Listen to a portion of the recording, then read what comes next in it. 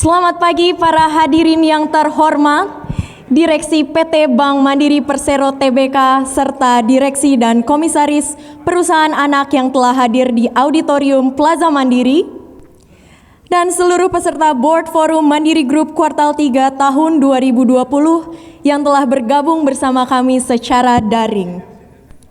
Izinkan saya secara khusus menyampaikan selamat pagi dan selamat datang kepada yang terhormat Bapak Darmawan Junaidi, selaku Direktur Utama PT Bank Mandiri Persero Tbk, beserta jajaran direksi dan SEVP PT Bank Mandiri Persero Tbk, Direktur Utama dan Komisaris Utama Perusahaan Anak Bank Mandiri, serta Ibu Suci Arumsari selaku Co-Founder dan Presiden Director Alo Dokter.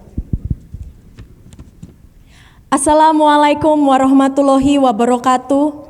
Shalom, salam sejahtera untuk kita semua. Om Swastiastu, Namo Buddhaya. Puji syukur kita panjatkan kehadirat Tuhan Yang Maha Kuasa hari ini Rabu 18 November 2020. Walaupun masih dalam situasi pandemi dengan segala keterbatasan yang ada, kita dapat melaksanakan kegiatan Board Forum Kuartal 3 tahun 2020. Sebuah kehormatan bagi saya, Randra dari Mandiri Manajemen Investasi, dapat memandu berlangsungnya acara sharing session pada pagi hari ini hingga 1,5 jam ke depan. Serta terima kasih atas kesempatan dan kepercayaan yang diberikan kepada Mandiri Investasi dan Mandiri Capital untuk menjadi host Board Forum Kuartal 3 tahun 2020 yang kami usung dengan tema Beyond Boundaries, Mandirian Strategy and Innovation. Besar harapan kami pada kesempatan sharing session ini, seluruh speech, arahan, serta sharing dapat menjadi sumber strategi serta inovasi baru untuk melampaui segala batasan-batasan yang timbul di masa pandemi yang sangat menantang ini. Sebelum kita masuk ke agenda acara berikutnya, mohon perhatian dan pengertian Bapak dan Ibu hadirin yang terhormat terkait protokol kesehatan yang diharapkan dapat dilaksanakan. Mohon dapat tetap mengenakan masker setiap saat kecuali saat makan dan minum. Mohon dapat menjaga jarak sosial dan tidak menggeser kursi yang telah ditata. Dan mohon untuk tetap menjaga kebersihan tangan dengan menggunakan hand sanitizer serta tisu yang telah kami sediakan di masing-masing meja atau mencuci tangan dengan sabun. Baik Bapak dan Ibu hadirin, untuk mengawali acara pada pagi hari ini, mari kita bersama-sama beranjak dari tempat duduk kita untuk dengan semangat menyanyikan lagu kebangsaan kita, Indonesia Raya. Hadirin kami persilahkan berdiri.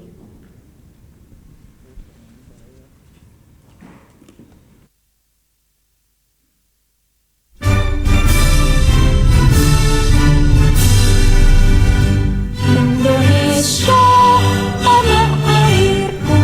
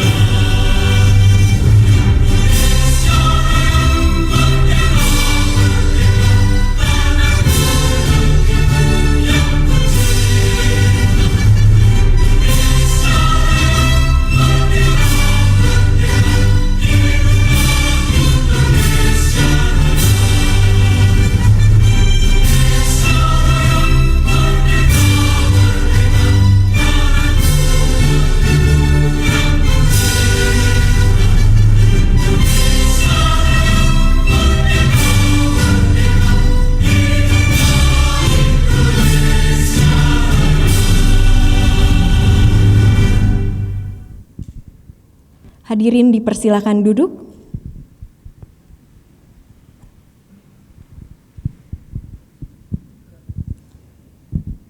Hadirin yang terhormat, kami undang Bapak dan Ibu untuk dapat sejenak menundukkan kepala untuk memanjatkan doa memohon kelancaran untuk seluruh rangkaian acara hari ini. Marilah kita berdoa bersama menurut agama dan kepercayaan masing-masing. Berdoa mulai.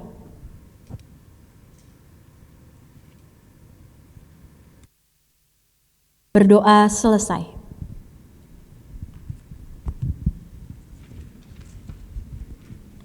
Tanpa mengulur waktu lagi, mari kita dengarkan welcoming speech dari para host Board Forum Kuartal 3 tahun 2020 yang akan diawali oleh Bapak Alvin Patisahusiwa selaku Direktur Utama PT Mandiri Manajemen Investasi. Kepada Bapak Alvin, waktu dan tempat kami persilakan.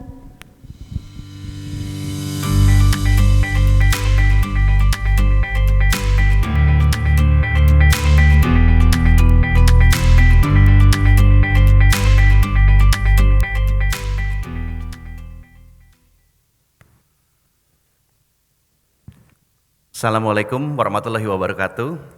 Yang terhormat Bapak Darmawan Junaidi, Direktur Utama PT Bank Mandiri Persero Tbk, beserta seluruh jajaran direksi dan SEVP Bank Mandiri, Ibu Suci Arumsari, Co-founder dan Presiden Director dari Alo Dokter yang menjadi tamu kita di Board Forum kali ini, Bapak Edi Danusaputro, Direktur Utama PT Mandiri Capital yang menjadi co-host untuk Board Forum di kuartal 3 tahun 2020. Bapak dan Ibu Komisaris Utama dan juga Direktur Utama perusahaan anak dari Mandiri Group, serta hadirin sekalian, selamat pagi, salam sejahtera untuk kita semua, dan terima kasih atas kehadiran di pagi ini yang secara langsung ada di Plaza Mandiri maupun juga untuk teman-teman yang ada di video call di acara Board Forum kuartal 3 dengan tema Beyond Boundaries, Mandirian Strategi dan juga Innovation. Bapak dan Ibu sekalian, tema ini dipilih berdasarkan strategi dan inovasi yang telah dilakukan oleh seluruh Mandiri Group dalam menghadapi tantangan berbagai krisis yang disebabkan pandemi COVID-19 serta kemampuan untuk beradaptasi. Sampai dengan triwulan ketiga 2020, MMI berhasil mempertahankan market share sebagai perusahaan manajemen investasi nomor 1, terbesar dari sisi dana kelolaan, reksadana dan produk KIK lainnya, dengan pencapaian AUM konsolidasi 65 triliun rupiah. Tidak hanya itu, bulan November ini juga kami dinobatkan sebagai The Most Inspiring Fund Manager 2020 oleh CNBC Indonesia, meneruskan sebagai The Best Asset Management Company di tahun 2019. Untuk itu kami mengucapkan banyak terima kasih atas dukungan dari para shareholders dan juga stakeholders yang terus mendukung kami dalam pencapaian ini. Tahun 2020 ini sebetulnya juga bukan tahun yang mudah bagi kami di industri reksadana, karena seperti Bapak dan Ibu ketahui juga memang sejak tahun 2019 industri ini sudah menjadi sorotan. Jadi tahun lalu kita lihat ada kasus dari Minapadi, dari Emco dan beberapa MI yang lainnya. Juga di tahun 2020 kalau kita masih ingat pidato Pak Jokowi pada waktu pembukaan bursa adalah untuk membersihkan pasar modal dari para manipulator, yang juga diteruskan dengan adanya berbagai pembersihan terutama di kasus Jiwasraya. Dan ini juga melibatkan ada 13 MI yang juga terlibat dalam pemeriksaan pada waktu yang sekarang. Nah, dengan adanya hal tersebut memang kami menyadari bahwa tuntutan dari regulator ini menjadi sangat tinggi, dan juga dari regulator menerapkan standar dan pengawasan yang jauh lebih tinggi dibandingkan tahun-tahun sebelumnya.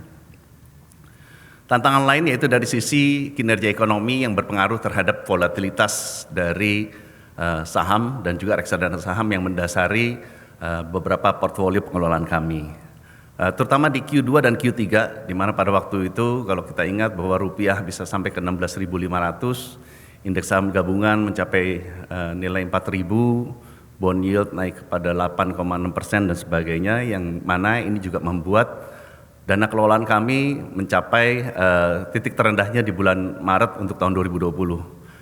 Alhamdulillah sampai dengan yang sekarang kami telah berhasil kembali untuk mencapai dana kelolaan yang tertinggi sampai dengan di bulan Oktober 2020. Tapi memang banyak sekali tantangan yang kita hadapi terutama dari underlying, dari berbagai emiten yang mengalami kesulitan dengan adanya pandemi ini. Terutama beberapa sektor-sektor yang terpengaruh dengan adanya pandemi, di mana kami juga harus memperkuat pengelolaan risiko, melakukan identifikasi dini untuk permasalahan, menggunakan protokol krisis dalam pengelolaan, yaitu antara lain dengan menurunkan toleransi risiko. Kemudian kami juga melakukan agility untuk beradaptasi dalam situasi yang terus berkembang dan penuh ketidakpastian. Dan juga diikuti dengan follow up action kepada para emiten atau bank yang kami lakukan penempatan secara langsung maupun juga memanfaatkan network dari Mandiri Group. Di sisi lain dari peluang bisnis memang kami mendapatkan hal yang positif yang cukup besar dari membanjirnya likuiditas di perbankan pada tahun ini, di mana lending growth diperkirakan akan negatif, sedangkan deposit growth-nya tumbuh lebih dari 12%. Sehingga banjir likuiditas ini membawa dampak terhadap tingginya reksadana pasar uang yang kami kelola. Kebetulan kami merupakan pengelola reksadana pasar uang terbesar di Indonesia pada saat sekarang, dan sekarang market share-nya juga sudah cukup besar, hampir 20%. Kami juga menyediakan solusi-solusi yang inovatif kepada para investor untuk mereka tetap bisa berinvestasi even dalam situasi yang volatile seperti sekarang. Sedikit mengenai lini bisnis anak perusahaan kami di Singapura, yaitu MIMS. Alhamdulillah sejak tahun lalu sudah membukukan keuntungan dan juga di tahun ini sudah mendapatkan dana kelolaan sekitar 8,5 triliun dan juga mampu untuk menyumbangkan profit kepada kami sebagai induk perusahaan. Dari sisi lain mungkin cost efisiensi juga kami terus lakukan, sehingga untuk profitabilitas di tahun 2020 ini alhamdulillah mudah-mudahan kami bisa menutup tahun 2020 dengan profit yang lebih tinggi dibandingkan tahun 2019. Nah, untuk mendorong pertumbuhan di tahun 2021, kami harapkan memang akan menyiapkan berbagai macam strategi, antara lain blended margin yang lebih tinggi, kemudian memberikan solusi investor untuk melalui produk dengan keunikan dan juga diferensiasi di market, dan juga yang kami harapkan adalah dengan sinergi dengan perusahaan induk, yaitu dari Bank Mandiri dan juga perusahaan anak lainnya. Berkaca pada pengalaman di tahun 2020 dan sebelumnya, kami masih terus melakukan perbaikan, Pak, dan juga review menyeluruh dalam aspek-aspek, terutama terkait dengan manajemen risiko, guna memastikan ke depannya tetap bisa memiliki pertumbuhan yang berkualitas dan juga tata kelola yang baik. Memang menjadi inovator, kelemahan utamanya adalah kami tidak memiliki tolok ukur di pasaran, tidak memiliki benchmark, sehingga berbagai macam pelajaran yang didapat tahun ini juga tidak menyuruhkan MMI untuk berhenti, berinovasi, dan juga set the standard for the industry. Bapak dan Ibu Direksi Bank Mandiri dan seluruh peserta Board Forum Q3 2020, terakhir selaku host dari acara Board Forum kuartal ketiga 2020 ini, kami mengucapkan banyak terima kasih dan mohon maaf apabila dalam penyelenggaraannya terdapat banyak sekali kekurangan. Wassalamualaikum warahmatullahi wabarakatuh. Waalaikumsalam warahmatullahi wabarakatuh. Terima kasih Bapak Alvin atas sambutannya. Selanjutnya, melanjutkan estafet host dari Bapak Alvin. Mari kita dengarkan juga welcoming speech dari Direktur Utama PT Mandiri Capital Indonesia, Bapak Edi Danusaputro. Kami persilahkan.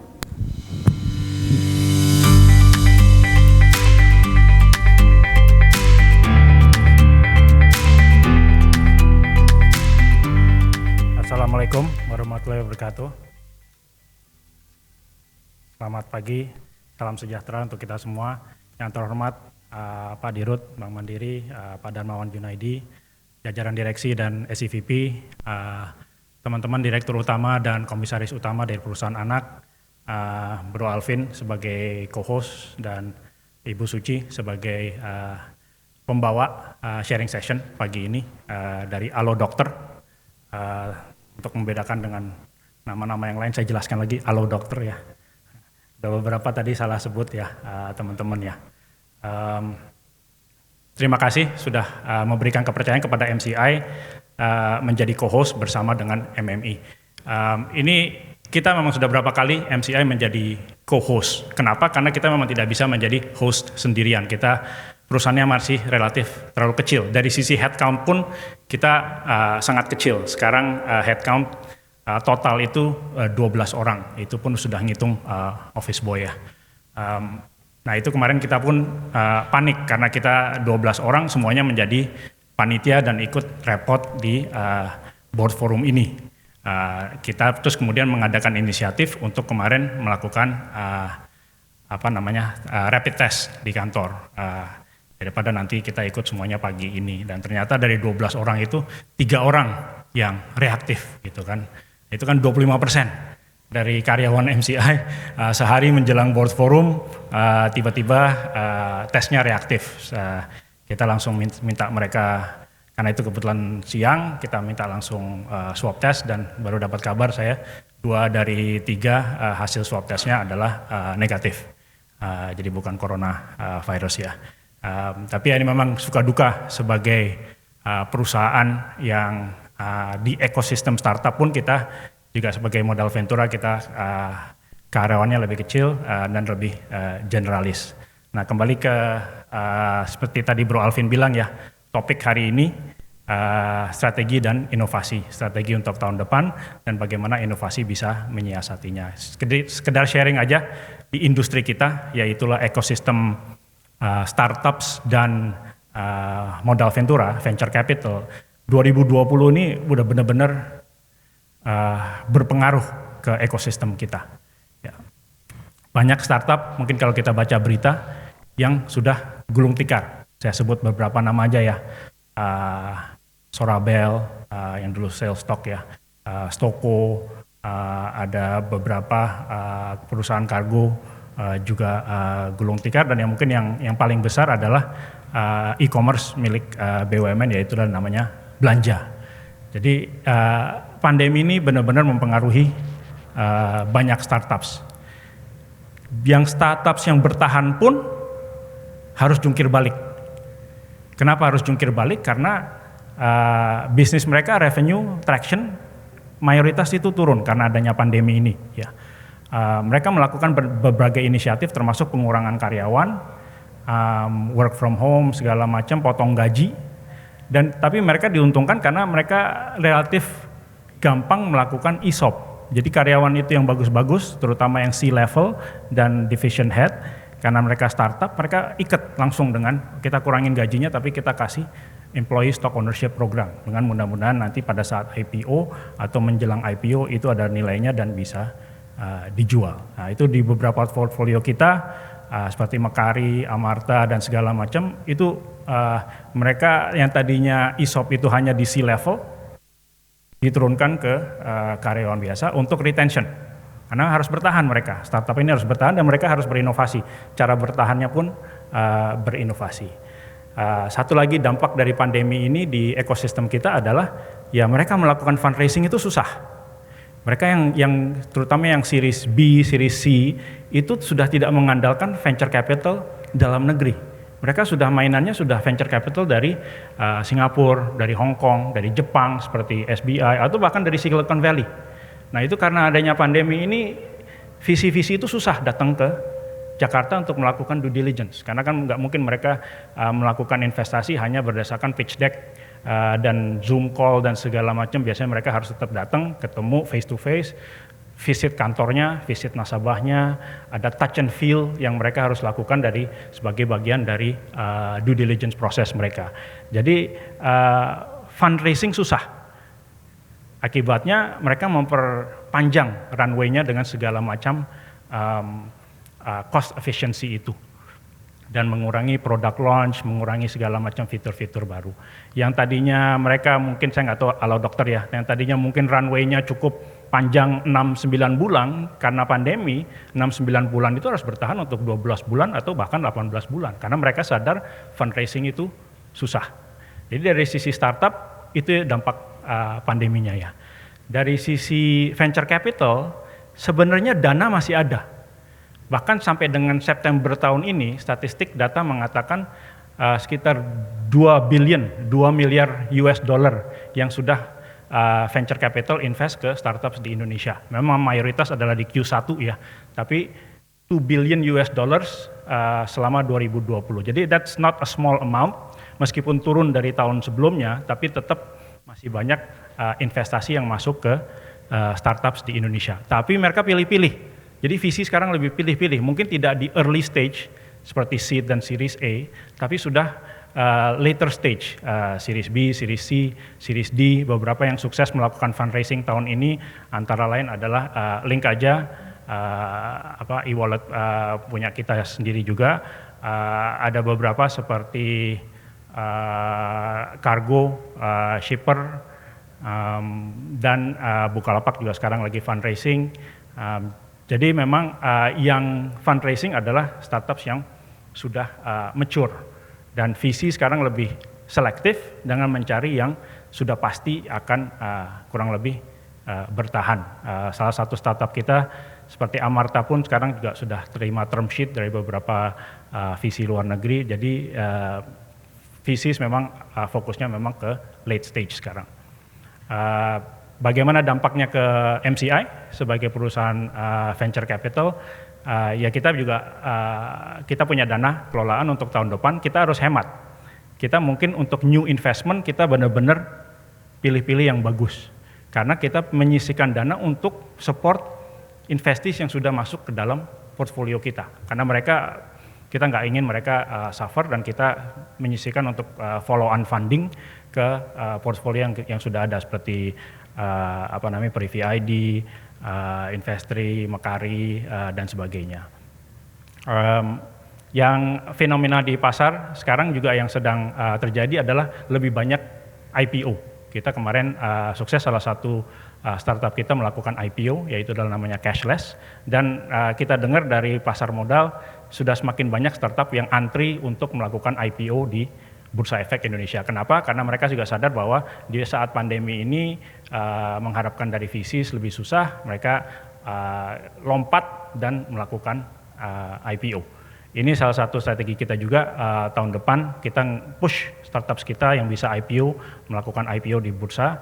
Kita juga menyisihkan dana untuk further investment, tidak melalui balance sheet tapi melalui produk yang namanya venture fund.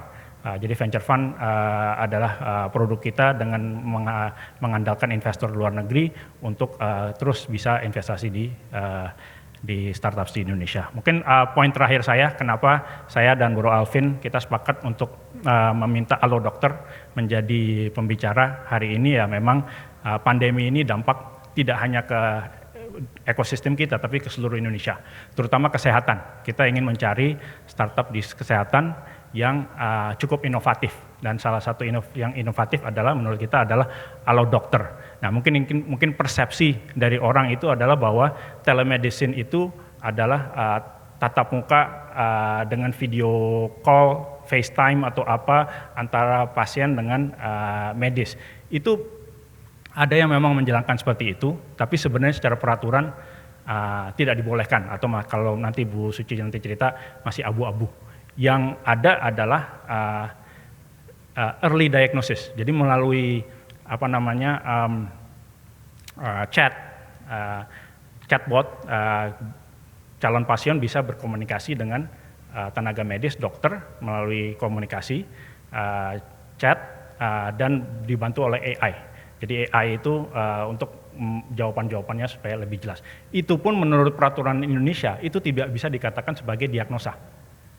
Karena diagnosa menurut peraturan Indonesia harus ketemu fisik, tatap muka dan segala macam, melakukan tes tensi dan segala macam. Jadi apa yang dilakukan oleh Halo Dokter dan yang lain-lain itu tidak bisa dikatakan sebagai diagnosa, tapi adalah preventif. Nih, maaf kalau salah istilahnya ya, tapi adalah preventif. Nah, itu sangat membantu dunia ekosistem itu dan juga perusahaan asuransi, karena akan bisa mengurangi claims. Tidak perlu semua orang itu sebenarnya ketemu dokter.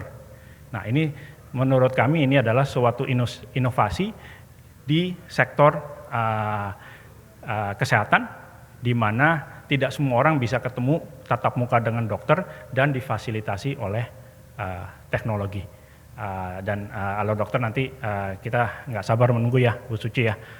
Nanti penjelasannya bagaimana dengan keterbatasan regulasi yang ada dan teknologi yang ada, bagaimana kalian bisa survive dari 2014, one of the first, sampai sekarang. Sekali lagi terima kasih sudah dipilih menjadi co-host. Mudah-mudahan hari ini berjalan lancar untuk kita semua. Mohon maaf jika ada kesalahan. Terima kasih. Assalamualaikum warahmatullahi wabarakatuh. Waalaikumsalam warahmatullahi wabarakatuh. Terima kasih banyak Bapak Edi atas sambutannya.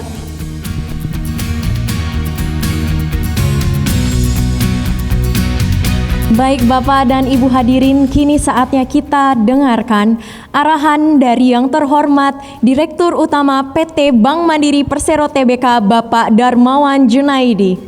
Kepada Bapak Darmawan Junaidi kami persilakan.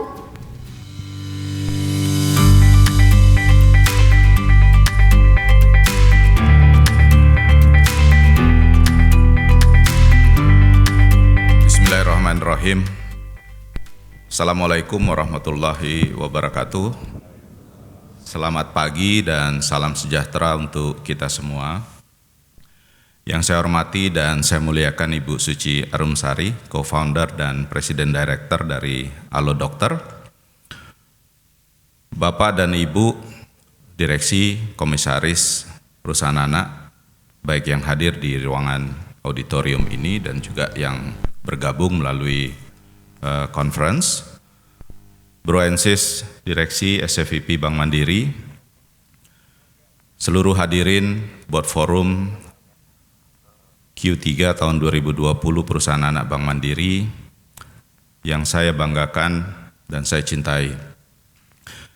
Pertama-tama marilah kita panjatkan puji syukur atas nikmat kesehatan dan juga kekuatan yang diberikan kepada kita sehingga kita bisa berkumpul pada pagi ini untuk melaksanakan ritual 3 bulanan untuk mengevaluasi bisnis kita di seluruh perusahaan anak, dan tentunya dalam kondisi yang masih diganggu oleh pandemi ini, sehingga kita terus berusaha untuk bisa mengatasi permasalahan-permasalahan yang belum pernah kita hadapi sebelumnya. Pada kesempatan ini saya ingin menyampaikan apresiasi atas kinerja yang sudah di-deliver sampai dengan triwulan 3 2020 ini, yang menurut kita capaian ini luar biasa dengan kondisi yang sangat keras mempengaruhi industri keuangan. Dan kita juga harus menjaga seluruh tim kita untuk terus sehat sehingga bisa bekerja dengan baik. Kita masih bisa outperform, ya, menurut saya sesuai dengan kajian kita. Walaupun memang kalau dibandingkan dengan kondisi normal banyak sekali terjadi pertumbuhan yang menurun. Tetapi hal ini membuat kita sadar bahwa memang banyak hal yang harus kita benahi ke depan. Terutama kami ingin menyampaikan pesan direksi yang baru diberikan amanah pada RUPS luar biasa Bank Mandiri tanggal 21 Oktober yang lalu akan meneruskan dan menumbuhkan bisnis di Mandiri secara grup secara agresif tetapi prudent. Poin pertama yang ingin saya sampaikan bahwa kita tidak boleh lupa kita memiliki bisnis yang memang selalu mengelola risiko. Risiko itu selalu ada di depan mata kita sehingga kemampuan kita memproyeksikan kira-kira risiko apa yang akan kita hadapi ke depan, ini harus kita kelola. Keahlian kita memang sesuai bidang masing-masing, terutama direksi dan komisaris di perusahaan anak, harus bisa melihat kira-kira event yang terjadi saat ini akan mempengaruhi kinerja perusahaan secara jangka pendek, jangka menengah, jangka panjang, seperti apa sehingga apa yang harus kita lakukan. Kalau kita tidak ahli di bidang tersebut atau kita kurang pengetahuan menghadapi situasi yang memang sangat-sangat luar biasa dan belum pernah kita alami selama ini, tentunya kita harus banyak mencari tahu langkah apa yang paling tepat untuk kita menjaga perusahaan kita tidak terdampak terlalu berat dan juga kita masih bisa bertahan untuk kemudian kita bisa tumbuh secara agresif. Saya tidak spesifik menyebutkan bidang usaha dan perusahaan anaknya, tetapi catatan ini menjadi sangat penting untuk kita menghadapi tahun 2020 yang sebentar lagi akan kita akhiri dan juga 2021 dan 2022 ke depan. Kemudian kita juga harus ingat bahwa keberadaan perusahaan anak di Bank Mandiri tidak hanya ditunggu kontribusinya dalam bentuk dividen atau bottom line, tapi kita ingin terjadi kolaborasi dan sinergi sehingga ada pertumbuhan secara bisnis di top line-nya. Kemudian kita juga ingin melihat ada praktek-praktek risk management yang kuat sehingga perusahaan anak kita akan terus sustain dan terdorong untuk terus mendeliver value creation dari sektor yang dijalankan di masing-masing perusahaan anak. Dan tentunya kita juga ingin melihat perusahaan anak kita di bidangnya masing-masing menjadi champion. Karena kalau itu tidak terjadi, tujuan kita memiliki beberapa perusahaan anak di Bank Mandiri, sehingga Bank Mandiri sebagai satu konglomerasi keuangan yang kuat, itu mungkin akan pelan-pelan berakhir. Sehingga mungkin kita pernah dengar banyak sekali perusahaan-perusahaan yang sudah mulai kesulitan likuiditas, dia sudah menjual saham dari perusahaan anaknya, bahkan dia juga sudah mulai melakukan divestasi melepas satu persatu perusahaan anaknya saat ini. Dan itu sangat tidak kita inginkan, karena seperti Bapak dan Ibu semua sadari, kondisi saat ini yang banyak sekali perusahaan yang turun, Mandiri pun turun, tetapi secara pengelolaan dan secara nature bisnis di perbankan, kita memiliki kekuatan untuk menghadapi bukan hanya pada saat ini ada pandemi, tapi pada saat pandemi berakhir, kita juga akan siap untuk kembali lari dengan lebih kencang. Misalnya kita sudah siapkan provision yang jauh lebih dari cukup, kemudian kita juga tidak mempertimbangkan untuk menunjukkan bahwa prestasi kita hanya untuk hari ini, tetapi kita melihat jauh lebih ke depan, dan juga kita mempersiapkan kekuatan kita baik dari sisi likuiditas maupun dari sisi permodalan. Nah, dengan kekuatan-kekuatan ini, kita di manajemen yang baru diberikan tugas pada bulan Oktober yang lalu, memutuskan untuk fokus pada 3 hal. Yang pertama, yang saat ini kita lihat banyak sekali talent-talent Mandiri mendapatkan kepercayaan untuk memimpin di luar Bank Mandiri. Tentunya ini merupakan satu kebanggaan, tetapi kita harus juga aware bahwa apa yang harus kita lakukan di dalam. Kita tetap harus membangun talent-talent terbaik kita, bukan hanya untuk menyiapkan di luar, karena itu bukan merupakan tujuan sebetulnya, tetapi kita ingin talent yang ada di Bank Mandiri akan memberikan kontribusi yang terus menumbuhkan bisnis Bank Mandiri jauh lebih besar lagi di masa-masa yang akan datang. Nah, fokus ini kita akan seriuskan, tentunya kita mulai dari level L2 kalau di Bank Mandiri, dan kami harapkan ini juga mulai diselaraskan untuk di masing-masing perusahaan anak. Kita juga ingin melihat talent-talent di masing-masing perusahaan anak nanti juga menjadi talent terbaik secara Mandiri Group. Yang kedua, kita memang menghadapi kenyataan bahwa sekarang terjadi banyak sekali inisiatif, inovasi, strategi yang digunakan melalui electronic channel dan juga transformasi secara digital. Kita sadari bahwa itu juga harus kita lakukan. Tetapi kita juga harus ukur kekuatan kita. Kalau kita terus maju tapi di belakang ternyata core system kita belum cukup. Cukup itu kalau ukuran Mandiri Kalau cukup itu 100, berarti yang harus kita siapkan adalah 300. Ya. Dengan aspirasi tersebut, saya juga mengharapkan seluruh pengurus anak perusahaan melihat ini sesuatu yang harus disiapkan.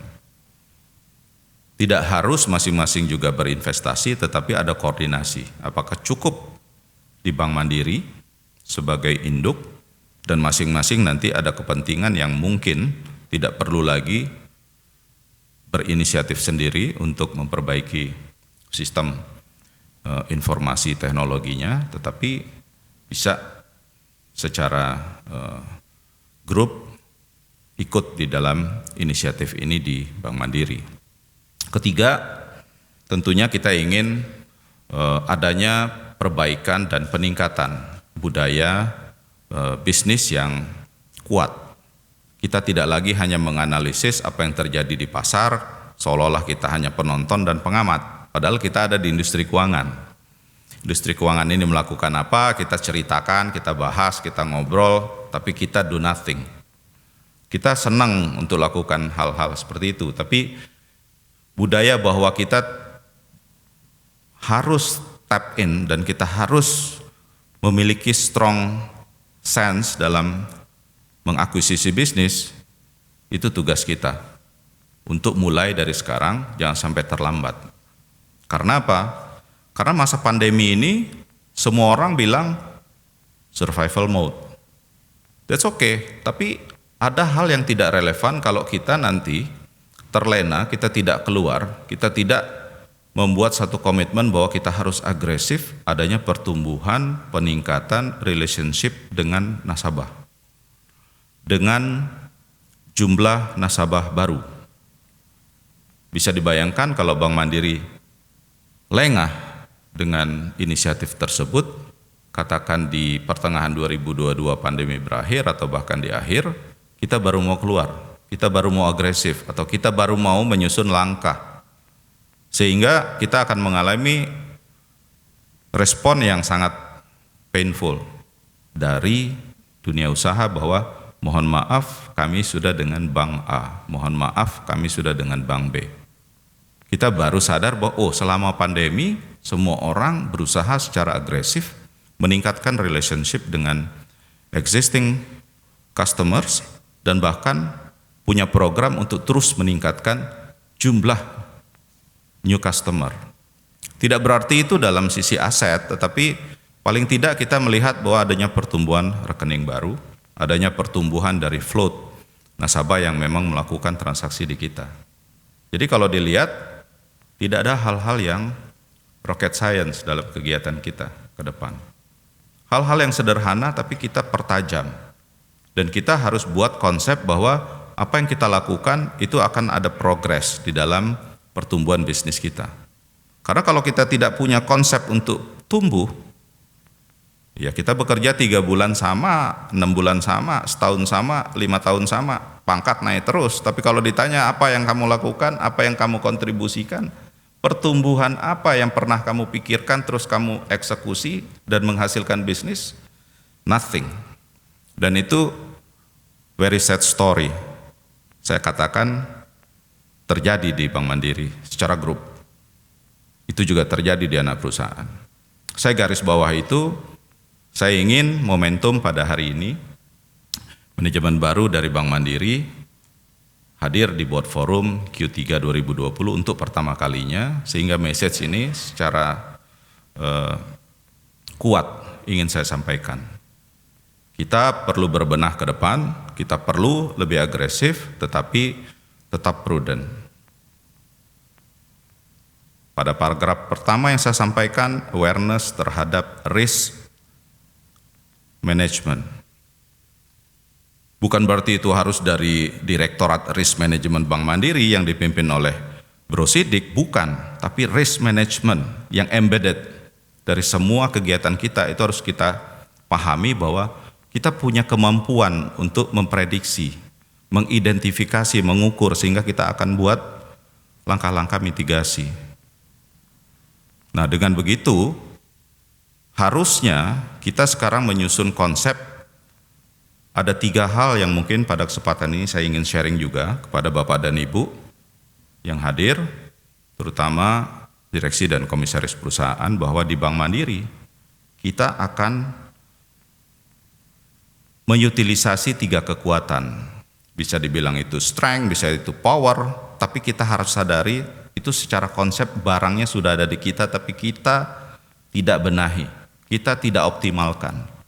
Sehingga pemanfaatan atau benefit dari relationship kita itu banyak sekali kita biarkan diambil oleh bank lain. Kenapa saya katakan bank lain? Mandiri ini dengan size, dengan konsep bisnis yang dimiliki, sebetulnya secara domestik kita bisa bilang kita tidak ada kompetitor. Tapi oke, untuk lebih low profile kita bilang bank pesaing. Padahal kalau kita pakai konsep itu bank lain, kita harusnya merasa kita sudah jauh dibandingkan yang lain. Tapi kita digerogoti, kita tidak sadar. Kita punya pemahaman bersama bahwa kita adalah industri leader. Tapi industri leader kalau kita padankan dengan satu kingdom, satu empires, di luar sana banyak sekali revolusi yang terjadi, yang tidak terantisipasi karena kita lengah, kita tidak berbenah, kita tidak agresif, sehingga kita sudah menjadi korban statistik. Kita tidak lagi menjadi leader dalam pertumbuhan market share di produk-produk liabilities.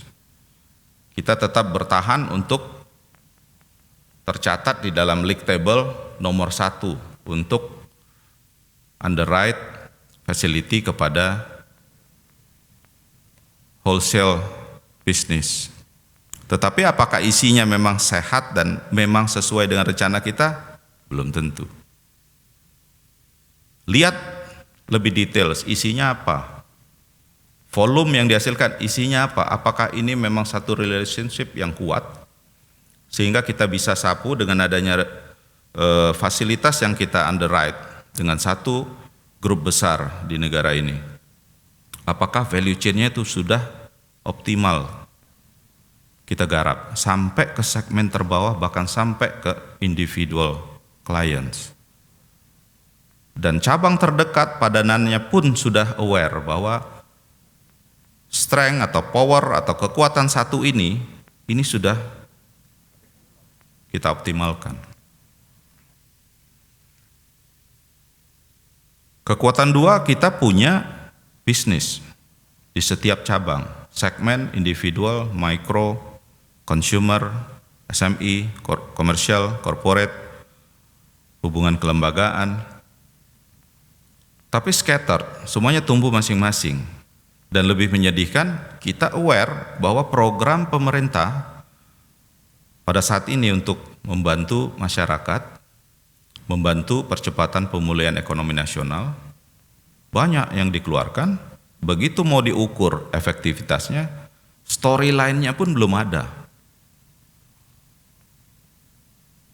Apakah Mandiri itu menyalurkan dana PEN untuk segmen mikro, sektor tertentu, kemudian sektor di atasnya, apakah itu consumer atau SME, itu merupakan off-take dari output yang dihasilkan oleh segmen lebih bawah? Belum dijalankan. Kita sekarang baru berpikir, oh iya, kenapa kita tidak lakukan itu? Ya ternyata memang dari pemerintah juga tidak dipikirkan itu. Tapi mungkin pemerintah berasumsi itu dilakukan oleh bank-bank penyalur dana PEN. Sekarang kita lakukan. Kemudian apakah output dari segmen consumer, SME, ini sudah juga disiapkan pembiayaan kepada segmen yang lebih tinggi, komersial, corporate, supaya meng-off-take output ini. Sehingga terjadi satu siklus ekonomi yang ada output, ada margin, akan ada spending lagi, akan ada saving lagi, sehingga kita lihat, oh efektivitas dari dana PEN sudah terjadi di satu kawasan. Apakah itu sudah ada? Belum. Itu salah satu contoh kalau kita melihat kekuatan 2 yang ada dalam portfolio kita. relationship kita secara hubungan rekening tidak kita leverage, tidak kita kapitalisir. Jadi kalau kita tumbuh, kita juga harus lihat apa yang ada di dalam perut kita, ini harus kita kelola dengan baik. Kekuatan dua itu sangat-sangat berpotensi untuk menumbuhkan Bank Mandiri ke depan. Karena dia belum merupakan value chain ataupun supply chain dari perusahaan-perusahaan value chain-nya kekuatan satu, tapi dia akan berkembang dengan transaksinya mungkin ke segmen di atasnya itu masih ada di bank lain. Sehingga itu akan menjadi potensial klien buat segmen yang di atasnya. Dia bisa mulai melakukan onboarding. Ke atasnya lagi juga begitu. Kita tidak memberi message bahwa sekarang kita harus banyak ngintip nasabah bank lain, bukan. Tapi kita efektifkan relationship kita dengan semua bisnis di segmen-segmen yang sudah kita miliki untuk lebih agresif. Kemudian mitranya itu melihat bahwa kenapa saya tidak sama banknya dengan perusahaan yang selama ini dia off take. Apalagi kalau kita bisa deliver kekuatan mandiri yang bisa membantu pertumbuhan segmen di atasnya. Dan tentunya ini kalau kita jalankan dengan disiplin, secara enterprise, secara grup, perusahaan anak kita pun akan ikut di dalam putaran tersebut. Jadi satu hal lagi yang ingin saya sampaikan bahwa kolaborasi dan sinergi antara Bank Mandiri secara perusahaan induk dengan seluruh perusahaan anak itu akan terjadi lebih tajam lagi. Karena pasarnya semakin besar yang dibuat oleh kekuatan satu dan kekuatan dua ini bisa dimanfaatkan oleh perusahaan anak Bank Mandiri. Tentunya kita juga mengharapkan apabila inisiatif ini diperkuat oleh perusahaan anak dengan pemahaman yang sama bahwa kita harus lebih menumbuhkan budaya untuk bisnis, tidak hanya menjadi komentator ataupun penonton. Bisnis depan mata hanya kita obrolin bahwa itu punyanya Bank A, punyanya perusahaan multi finance C, cara dia begini begitu. Kita ahli, tapi apa yang kita dapat, kita nggak dapat apa-apa. Diam-diam nasabah kita atau bisnis kita yang tergerus. Budaya ini menurut saya sangat relevan juga untuk mulai hari ini. Ini juga ditanamkan kepada seluruh jajaran di perusahaan anak. Karena kita akan dengan sangat serius menjalankan fokus yang 3 tadi, dan kita punya 3 kekuatan. Kekuatan satunya itu akan lebih di luar yang 1 dan 2, tapi akan lebih ke industri keuangan. Detailsnya tidak bisa saya sampaikan di sini karena itu sifatnya pasukan cadangan kalau di militer. Jadi itu ada strategi yang hanya dimiliki oleh Bank Mandiri menurut saya, dan itu tidak akan mudah dikopi. Kita akan melihat bahwa Mandiri akan berperan sangat penting di dalam industri keuangan di Indonesia, tetapi tidak akan menempatkan Mandiri dalam posisi terekspos risiko untuk kelangsungan usaha Mandiri sendiri. Kembali lagi, poin-poin yang saya sampaikan hari ini, yang pertama kita punya awareness terhadap risk management, sehingga kita bisa memprediksi apa yang akan berdampak kepada bisnis kita ke depan. Yang kedua, mari kita berbenah supaya apa yang ada di depan kita ini bisa kita kelola dengan baik dan lebih optimal. Yang ketiga, kita tetap harus agresif, tetapi prudent, sehingga tidak ketinggalan langkah pada saat low base bisnis ini sekarang reopening. Apa yang terjadi kalau kita datang, semua bisnismen bilang, mohon maaf Pak, sudah dengan Bank A, mohon maaf, sudah dengan Bank B. Dan itu pasti terjadi kalau kita santai-santai ini. dalam masa pandemi ini. Dan tentunya kita harapkan strategi dan inovasi yang harus kita dorong itu juga terjadi. Di Mandiri secara grup, karena kita ingin creativity itu akan muncul, membuat kita menjadi lebih efisien dalam melaksanakan operasional bisnis kita sehari-hari. Mungkin itu yang dapat saya sampaikan pada kesempatan ini dengan tema Beyond Boundaries, Mandiri Strategi and Innovation. Sedikit mungkin nggak nyambung mungkin ya, mungkin juga saya kurang bisa untuk menyambungkan dengan ini, tetapi message yang saya sampaikan adalah Mandiri secara induk dari sebagai entitas utama dari konglomerasi keuangan ini mengharapkan seluruh perusahaan anak bisa menyelaraskan semua strategi, meningkatkan leadership-nya, dan juga menjaga kelangsungan perusahaan masing-masing untuk terus tumbuh sampai masa yang akan datang. Demikian dari saya, selamat menjalankan Board Forum Q3 2020. Akhir kata saya ucapkan wabillahi taufiq wal hidayah. Assalamualaikum warahmatullahi wabarakatuh. Waalaikumsalam warahmatullahi wabarakatuh. Terima kasih Bapak Darmawan Junaidi atas arahannya bagi seluruh manajemen Mandiri Group.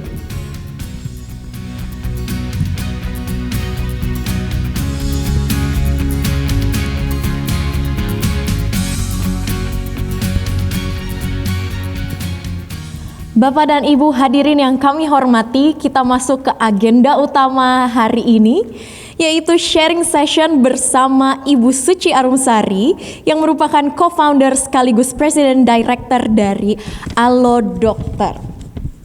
Sebelum kita undang Ibu Suci, saya mau menginformasikan sedikit terkait Ibu Suci dan Allo Dokternya. Allo Dokter berdiri di tahun 2014 atas sebuah mimpi besar untuk menciptakan pusat informasi kesehatan yang lengkap, akurat, dan mudah diakses oleh masyarakat Indonesia. Apa sih Allo Dokter itu? Dan seperti apa kegunaan serta seperti apakah aplikasinya? Mari bersama kita saksikan video berikut ini.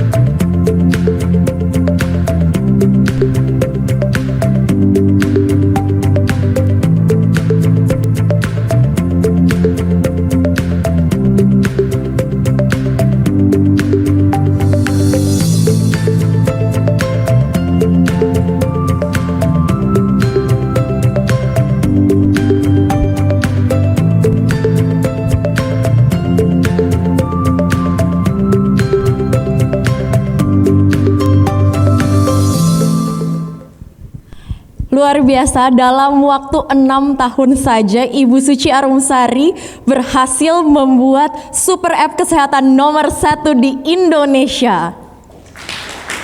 Langsung saja kita panggil Ibu Suci Arumsari untuk bergabung bersama kami di atas panggung dan melakukan sesi sharing session.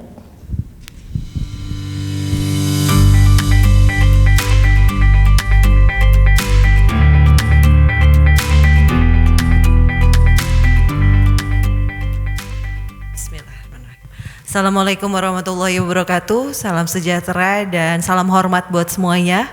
Dan saya juga ingin mengucapkan salam hormat kepada Bapak Darmawan Junaidi selaku Direktur Utama PT Bank Mandiri. Halo Bapak. Dan juga Bapak Alvin Pati Sahusiwa selaku Direktur Utama MMI.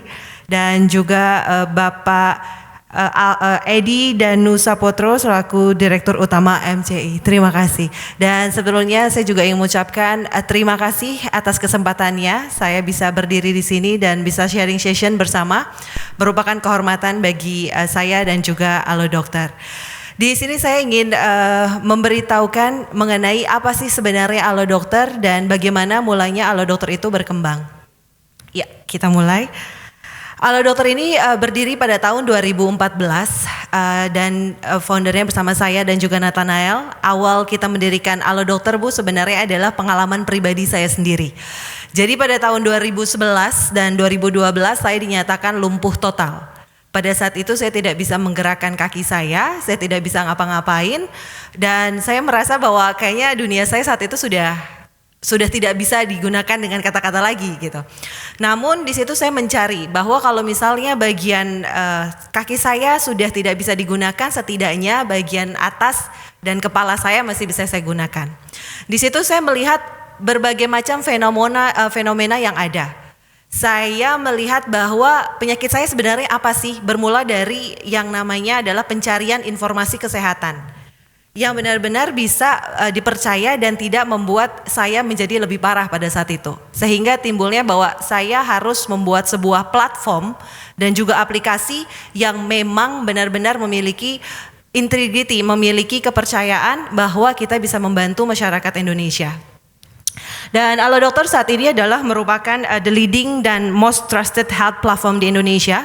Kita sudah memiliki 27 million monthly active user dan kita sudah memiliki lebih dari 30,000 certified doctor on our platform.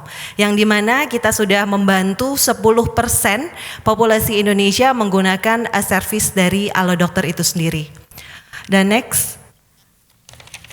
Healthcare fenomena yang ada di Indonesia ini adalah merupakan beberapa alasan yang seperti saya ucapkan tadi, seperti bagaimana sih sebenarnya kita bisa melihat peluang dan juga inovasi apalagi di health tech. Jika kita berbicara mengenai health tech ataupun juga telemedicine, sebenarnya itu sudah ada sejak tahun 2008. Namun inovasi dan teknologi itu sendiri yang belum bisa dikembangkan. Mungkin salah satunya adalah karena regulasi. Yang pertama adalah dokter accessibility is not fulfilled optimally, yang dimana kadang kalau misalkan kita berada di wilayah yang sulit untuk dijangkau, itu susah sekali Pak untuk berbicara dengan spesialis ya Bu. Kadang kalau misalnya kita mau ke sana aja itu butuh waktu. Dan tentunya juga butuh yang namanya uang lebih pada saat itu, pada tahun itu. Dan yang kedua adalah private healthcare require more budget. Yang seperti saya bilang tadi, terkadang kita dan juga saya mungkin itu ketika punya penyakit, saya takut sekali untuk ke dokter spesialis. Awalnya adalah saya takut sebenarnya apa sih sebenarnya yang terjadi sama saya, dan yang kedua ketakutan itu sendiri adalah dari budget. Berapa yang harus saya habiskan, berapa yang harus saya keluarkan. Dan yang ketiga adalah medical community itu masih unfavorable, yang dimana kita terkadang sudah dikasih tahu sama dokter, tapi kita masih kayaknya bukan ini deh, kayaknya bukan itu deh. Akhirnya kita melakukan sesuatu yang mungkin tidak sesuai dengan medical base. Nah, Alo Dokter adalah membawa positif untuk kesehatan masyarakat Indonesia karena salah satunya adalah accessibility. Mungkin dengan sebelumnya ada telemedicine, kita itu mau ketemu dokter sulit sekali. Ke rumah sakit harus ngantrinya banyak.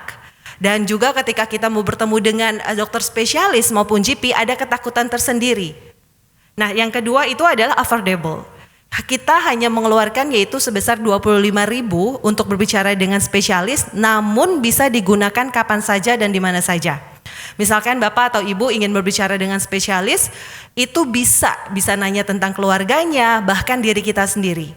Jadi awal saya ingin bekerja sama dengan dokter-dokter di Indonesia adalah untuk menjembatani mereka, meraup ataupun jembatani mereka untuk bisa membuat komunikasi dengan masyarakat Indonesia yang berada di tempat-tempat yang sulit untuk dijangkau. Dan yang ketiga adalah trustworthy. Alo Dokter adalah merupakan satu-satunya telemedicine platform super health di health tech yang memiliki medical board, Pak. Jadi kita sudah bekerja sama lebih dari 1.500 rumah sakit Dan kita juga sudah lebih bekerja sama dengan 30.000 lebih dokter dengan asosiasi dokter, spesialis maupun GP. Yang dimana mereka mendukung penuh aplikasi ini karena mereka tahu kita tidak memberikan sesuatu yang salah. Kita tidak memberikan sesuatu yang tidak sesuai dengan koordinasi dan juga regulasi yang ada. Apalagi kalau misalkan kita berbicara regulasi kesehatan, itu masih abu-abu, Pak. Mohon maaf, masih bingung gitu. Jadi saya sebagai pelaku di sini saya selalu berkomunikasi dengan Kementerian Tenaga Kesehatan maupun juga Kemenminfo. Sebenarnya apa nih role-role yang tidak boleh dilakukan untuk telemedicine? Telemedicine ini berkembangnya sangat signifikan sekali sebelum COVID dan sesudah COVID. 2014 kita sudah merajai atau kita sudah banyak sekali orang yang menggunakan telemedicine, namun trustednya itu belum ada, Pak, Ibu. Jadi mereka nganggap bahwa oke, kalau saya mau ke telemedicine, I must get something from the doctor. Saya harus tahu nih, ketika saya nanya, ya you must diagnosis me gitu. Sebenarnya itu tidak boleh. Mungkin ada beberapa platform yang menggunakan seperti itu. Tapi itu kalau diregulasi tulisannya diharamkan. Kita tidak boleh mendiagnosa sebuah penyakit kalau misalkan tidak bertemu langsung dengan dokter yang dituju oleh dokter yang direkomendasikan dari telemedicine. Nah, ini dia adalah value dari telemedicine ini sendiri. 2014 saya memulai awalnya yaitu tadi karena saya memiliki sebuah penyakit yang membuat saya merasa bahwa nggak boleh ada saya ataupun orang lain yang seperti saya. Mungkin kalau boleh cerita dan curhat ya Pak, pada saat 2012 itu saya sudah benar-benar depresi Pak. Saya tidak bisa berjalan, saya dinyatakan lumpuh total, saya masih muda dan belum menikah saat itu. Saya merasa bahwa wow, hidup saya sudah tidak bisa bergerak lagi gitu. Dan akhirnya saya mencari mengenai teknologi yang ada di Indonesia itu seperti apa sih gitu. Sebagai anak muda pada saat itu, saya berpikir bahwa telemedicine itu adalah merupakan value yang sangat luar biasa, namun harus dikembangkan dengan teknologi yang sesuai. Jadi bukan hanya memberikan informasi saja, tapi kita juga harus adaptation dengan lingkungan sekitar dan juga teknologi yang bagaimana yang harus diterapkan. Value dari telemedicine itu sendiri adalah kita bisa mengakses di mana saja dan kapan saja. Yang seperti saya tadi katakan bahwa banyak orang yang berpikir bahwa Suci, saya telemedicine kok saya nggak bisa ngomong sih sama dokter face to face gitu. Atau saya kok nggak bisa video call. Kalau misalkan kita berbicara dengan regulasi, Bapak Ibu, kita sebenarnya ada rasa ketakutan sendiri, misalkan seperti saya contohnya, pada saat saya mau bertemu dengan dokter ortopedi saya maupun juga operasi itu, saya pasti pertanyaan yang ada di kepala saya itu saya nggak bisa nanyakan langsung ke dokter karena takut atau mungkin karena takut kelamaan di ruangan itu.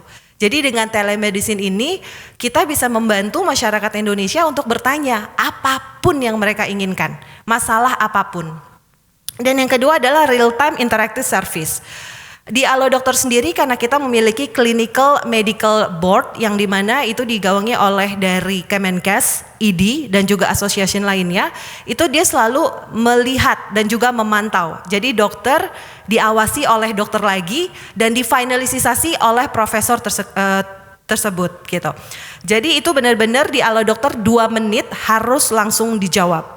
Dan jawaban dari dokter itu sendiri pun harus sesuai dengan SOP-nya Alo Dokter bahwa penjelasan itu memang sudah dapat dimengerti dan tidak adanya misleading atau miskomunikasi terhadap pasien dan juga dokter. Affordable with high quality service. Itu quality service dari Alo Dokter benar-benar sangat kuat sekali Pak. Karena kita dipantau langsung dan saya juga meminta langsung untuk ke Pak Kemenkes. Beliau memberikan arahan dan juga dari Kemenminfo dan juga dari kementerian lainnya. Saya tolong dilihat apa sih yang menjadi fenomena untuk telemedicine ini. Jangan sampai telemedicine ini malah menjadi bumerang buat dokter yang ada di Indonesia. Awal saya berdiri Alo Dokter itu mereka asosiasi semuanya pada bertanya balik kepada saya Pak. Suci, kamu mau menggantikan dokter. Telemedicine kamu mau bertanggung jawab ketika ada orang yang bertanya lalu kamu memiliki sesuatu yang salah untuk diungkapkan. Dan di situ kita memberikan banyak informasi bahwa telemedicine ini is the smart way to reach and to help Indonesian people dari semua kalangan, dari semua daerah gitu, sampai akhirnya asosiasi Ikatan Dokter Indonesia, Ikatan Dokter asosiasi-asosiasi lainnya itu bekerja sama dengan Alo Dokter. Health service on the palm of your hand, itu yang saya bilang tadi, terkadang banyak sekali masyarakat Indonesia itu orang sakitnya banyak Pak, tapi mereka tidak mau tahu kalau kita sakit gitu. Tahu-taunya mereka bahwa oh ya udah saya nggak apa-apa kok. Itu sama seperti saya, pada saat itu saya nggak tahu bahwa saya memiliki penyakit kelainan pada tulang belakang. Tiba-tiba lagi jalan saya jatuh dan langsung lumpuh selama kurang lebih 20 hari. Dan itu pun yang membuat saya merasa tergelintir adalah sebenarnya kalau pada saat itu ada telemedicine Pak, Bu, itu mungkin saya bisa sedikit mengurangi resiko pada penyakit saya. Ternyata saya itu tidak boleh yang namanya mengkonsumsi obatan A dan B, jadi saya alergi obat dan B. Dan itu pun terjadi lagi, 2013 belum ada telemedicine yang aktif sekali. Dan kelumpuhan pun terjadi lagi saya, dan itu kurang lebih 1,5 bulan. Saya benar-benar tidak bisa merasakan sampai ke bawah. Di situ saya mulai bahwa kayaknya Pak kita harus ada sesuatu yang setidaknya informasi dulu deh yang reliable. Di situ saya melihat peluang bisnis yang sangat luar biasa. Dan pada saat saya memulai, saya hanya seriesnya itu series diri saya sendiri dan juga keluarga. Sampai akhirnya alhamdulillah kita sudah ingin berada di seri D. Dan secara investment, dan kita juga di backing oleh investment yang luar biasa sudah membantu. Salah satunya adalah dari MDA, SoftBank, Heritas, dan juga angel investor yang lainnya. Dan fast respond with accurate answer, ini yang saya bilang tadi, ternyata bahwa telemedicine itu nggak bisa sembarangan Pak. Banyak sekali di COVID sekarang itu platform luar biasa Pak. Dari cuma 3, sekarang menjadi 58 yang terdaftar. Namun sekali lagi kalau misalkan kita berbicara telemedicine, berarti kita harus memikirkan tentang teknologi dan juga keselamatan data pasien. Medical record, pasien itu merasa aman atau tidak. Nah itu merupakan satu yang nanti akan saya jelaskan mengenai regulasi dari telemedicine ini sendiri. Dan what we do itu adalah kita menciptakan meaningful healthcare ecosystem. Jadi pada saat membuat Alo Dokter 2014, saya berpikir bahwa saya harus membuat ekosistem yang lain untuk dokter-dokter di Indonesia.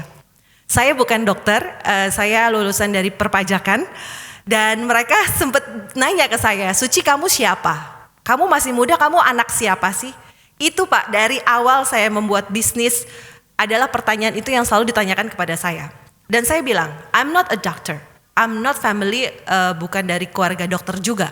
Tapi ada satu yang pasti saya bisa tanya, saya dari keluarga baik-baik Pak, saya selalu jawabnya seperti itu. Dan mereka akhirnya terbuka bahwa ternyata Alo Dokter meraup juga namanya Alo Medica. Nah Alo Medica ini adalah merupakan dokter platform yang hanya bisa diakses oleh dokter saja. Nah ini kita membuat adalah sebuah ekosistem yang tidak ada di platform lainnya Pak. Alo Medica ini kita sudah lebih dari 30.000 registered dokter, yang dimana dokter-dokter di Indonesia itu bisa masuk ke platform ini dan juga bisa bertanya terhadap profesor maupun dokter spesialis maupun juga mendapatkan SKP online Pak. Jadi untuk dokter itu sendiri kita memberikan platform. Awalnya mereka pada bilang, kenapa Suci kamu hanya bikin Alo Dokter saja dan mau bikin Alo Medica? Saya bilang bahwa Alo Dokter bukan menggantikan posisi dokter, tapi Alo Dokter menjembatani dokter-dokter Indonesia supaya bisa berkolaborasi dan juga bisa memberikan informasi yang tepat terhadap masyarakat Indonesia luas. Di Alo Medica juga ada medical content, dokter social network, dan continuous medical education. Nah jadi buat dokter-dokter muda yang ada di Indonesia biasanya mereka masuk di Alo Medica Pak untuk dapatnya SKP online. Jadi mereka biasanya kalau dokter itu harus kan pergi ke webinar ataupun juga seminar-seminar kan Pak untuk dapetin SKP-nya. Tapi dengan teknologi yang kita kembangkan dan juga kerjasama yang kita lakukan, ini sekarang dokter-dokter Indonesia bisa mendapatkan secara online Pak, tidak perlu offline. Dan kita sudah memberikan lebih dari ribuan SKP terhadap dokter-dokter di Indonesia, baik dokter baru maupun juga dokter spesialis yang memang sudah ada lama di bidangnya. Dan selanjutnya di sini adalah yang saya bilang tadi, Alo Dokter merupakan the leading health platform karena kita memberikan informasi. Jadi awalnya saya buat itu adalah hanya informasi tersebut. Informasinya bagaimana sih dan harus seperti apa. Banyak yang bertanya sama saya, Suci kenapa sih kamu kasih informasi kok benar-benar yang menakutkan? Saya bilang itu bukan menakutkan tapi kenyataan. Saya sebagai anak muda pada saat itu merasa ada sedikit apa ya Pak bisa dibilang dignity saya. Kalaupun saya mau buat platform, saya nggak mau buat platform maaf yang disponsori oleh sesuatu dan saya harus mengikuti tanpa melihat medical excellence. Saya bukan dokter, tapi kalau misalkan saya melakukan yang dilakukan oleh yang lainnya, itu berarti saya tidak memiliki apa ya keinginan yang kuat untuk punya platform yang bersih. Karena saya memiliki pengalaman yang saya bilang tadi, kalau saya salah mengambil resiko pada saat itu, mungkin saya tidak ada di sini dan mungkin saya tidak bisa berjalan lagi. Dan di situ saya benar-benar ketat sekali terhadap dokter-dokter yang bergabung bahwa you must give the right information. Bukan informasi yang ingin didengarkan oleh pasien, tapi informasi yang harus pasien tahu dan pasien mengerti tindakan dan juga preventif apa yang harus dilakukan. Kita juga ada chat. Sekarang kita sudah memiliki 550K per month. Jadi di mana masyarakat Indonesia itu chat di Alo Dokter itu sudah banyak sekali. Mungkin banyak yang bilang, tapi kayaknya saya masih agak keserempet dengan kompetitor yang lainnya. Nah, di situ yang menjadi perbedaan kita adalah medical excellence. Dan kita satu-satunya di Indonesia yang memiliki AI atau artificial intelligence yang membantu dokter untuk menjawab dengan sangat cepat. Nanti akan saya jelaskan. Dan kita juga ada booking Pak. Jadi dari nanya ke dokter, terus gimana ya? Akhirnya saya berkolaborasi dengan 1.500 rumah sakit dan juga klinik yang ada di Indonesia untuk memberikan servis ke mereka kepada masyarakat supaya kita bisa tahu mereka ke dokter tuh nggak perlu takut. Gitu. Berapa sih biaya yang harus dikeluarkan? Dokter mana yang harus mereka tuju? Dan di daerah mana dokter itu bisa mereka temukan? Dan yang terakhir adalah insurance. Insurance ini adalah merupakan produk yang berbeda karena kita menyebutnya adalah proteksi Alo Dokter. Yang dimana sangat simpel sekali, kita hanya membayar yaitu Rp99.000 saja, namun didapatkan adalah unlimited chat bersama dokter spesialis maupun GP, dan juga kita juga bisa yang namanya mendapatkan 1 juta per hari walaupun mereka menggunakan BPJS maupun juga insurance lainnya. Dan ini dia selanjutnya adalah mengenai managing the full medical journey of patient Pak. Yang seperti saya bilang tadi, mungkin next. Kita memiliki informasi, selanjutnya adalah health issue. Jadi kita mengakomodir semua masalah yang ada. Setelah itu mereka langsung ke chat. Chat itu adalah mereka bertanya apa sih yang mereka lakukan. Dan terkadang kalau misalkan menurut pengalaman saya juga, kalau kita nanya ke dokter, pada saat nanya Pak Ibu, itu banyak, lot of question. Tapi kita bertemu, itu lupa. Mau nanya apa, akhirnya keluar dari ruangan kita bingung gitu. Nah disinilah kita mengakomodir dengan chat dan juga ada book dan kita chat lagi itu adalah untuk follow up dan terakhir ini kita memiliki e-farmasi yang akan launching. Banyak sekali pertanyaan dari teman-teman, kenapa Alo Dokter e-farmasinya baru sekarang? Karena regulasinya Pak baru jelas, setidaknya baru jelas. Pada saat dulu mereka berpikir bahwa Suci ini COVID nih. Ini COVID ke-hit banget pasti, telemedicine ini naik kelas, telemedicine ini pasti akan dapat kucuran dana yang luar biasa. Telemedicine ini menjadi sesuatu yang amazing. Tapi saya balik lagi, kalau pada saat saya momentum memanfaatkan COVID only, bisnisnya itu tidak akan jangka panjang. Yang seperti tadi Bapak bilang ya Pak, risk management, itu juga harus dipikirkan. Makanya saya bilang tadi, kita disahkan langsung oleh Dr. Terawan untuk informasinya dan juga diberikan yaitu pada bulan Maret Pak. Tapi kita baru mau launchingnya itu baru sekarang. Kenapa? Karena saya ingin melihat bahwa masyarakat Indonesia jangan sampai sakit obat gitu. Tapi ketika mereka datang ke Alo Dokter, mereka akan dikasih tahu sebenarnya apa sih yang terjadi pada kesehatan mereka. Jadi kita harus memutarbalikan dulu posisi pemikiran yang tadinya mereka berpikir kalau sakit obat sembuh, tapi ternyata ada juga loh sebelum ke situ ada langkah-langkah yang lainnya. Dan insurance. Next, nah ini dia competitive advantage, yaitu adalah kita medical excellence, karena kita memiliki medical board yang dimana bisa dilihat itu adalah merupakan gabungan dari dokter-dokter dan profesor yang ada di Indonesia. Dan itu adalah untuk mengimprove medical standard kita, Pak. Jadi saya bilang tadi, saya tidak bisa, dokter kita ataupun saya tidak bisa memberikan informasi tanpa disetujui oleh mereka. Jadi mereka benar-benar melihat, dan kita satu-satunya platform di Indonesia yang benar-benar memikirkan hingga detail itu, Pak. Karena sekali lagi, saya merasa bahwa ketika saya ingin membuat bisnis, saya harus membuat bisnis yang bersih dan setidaknya sesuai dengan visi saya. Saya tidak mau ada orang lain merasa bahwa ketika telemedicine itu ada, everything is gonna be okay. Tidak semua penyakit bisa diselesaikan oleh telemedicine, tapi telemedicine bisa setidaknya mengakomodir dan juga memberikan informasi terhadap si pasien itu sendiri. Dan kita resisten dengan ID dan juga medical team dokter kita. Nah, ini yang saya sebutkan, Pak, yang sangat saya banggakan pada saat sekarang hingga nanti. Alo Dokter adalah merupakan satu-satunya platform di Indonesia yang memiliki artificial intelligence, dan ini adalah merupakan one of the best tech AI team di Southeast Asia. Pertama kali saya membuat ini, Pak, banyak sekali yang bilang, Suci, kenapa kamu nggak gunain yang namanya orang luar? Mereka lebih pintar-pintar. Kamu gunain aja IT dari India, name it, dari daerah mana. Tapi di situ saya berpikir bahwa no. Saya masih percaya bahwa teknologi orang-orang Indonesia itu jauh lebih pintar kalau bisa diasah. Dan akhirnya terbukti, Pak, kita satu-satunya yang memiliki teknologi AI itu untuk membantu productivity dari dokter.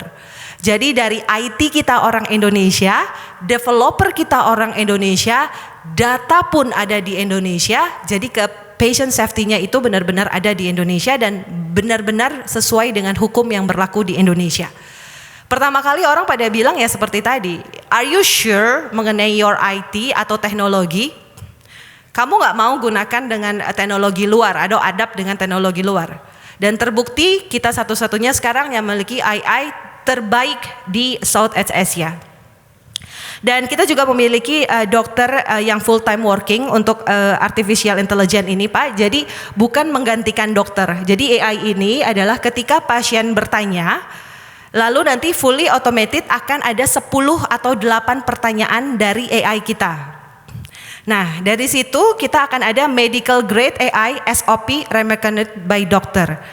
And in the end, dokter itu sendiri yang akan memutuskan apakah mau mengikuti AI rekomendasinya atau mungkin beliau memiliki rekomendasi lainnya.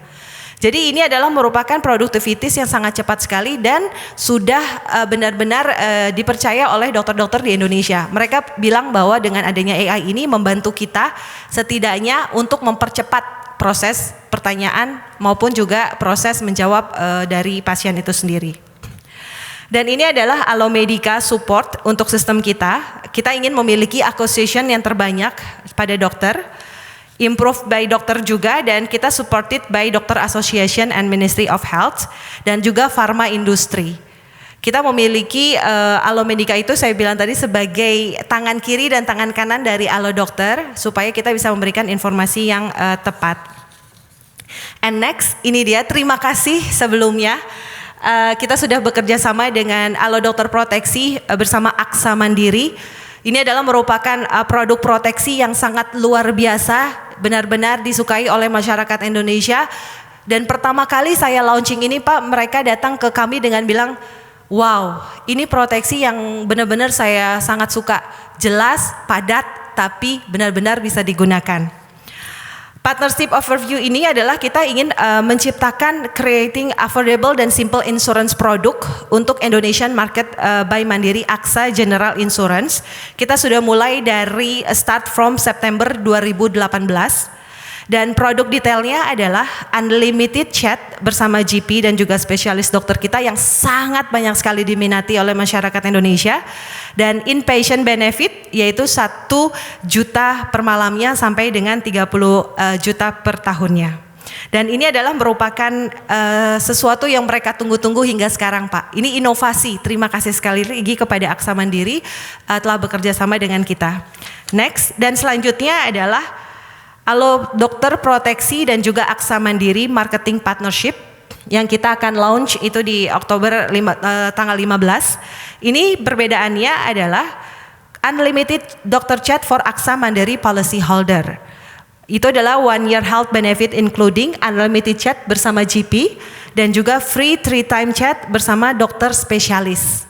Dan unlimited doctor chat bersama Aksa Mandiri CSR program dengan 3 bulan health benefit including unlimited chat dengan GP dan juga spesialis. Dan saya juga ingin mengucapkan terima kasih juga kepada Mandiri Aksa General Insurance yang sudah disupport sekali dengan Bapak Julian dan juga Ibu Eni. Terima kasih sehingga terwujudnya kerjasama ini.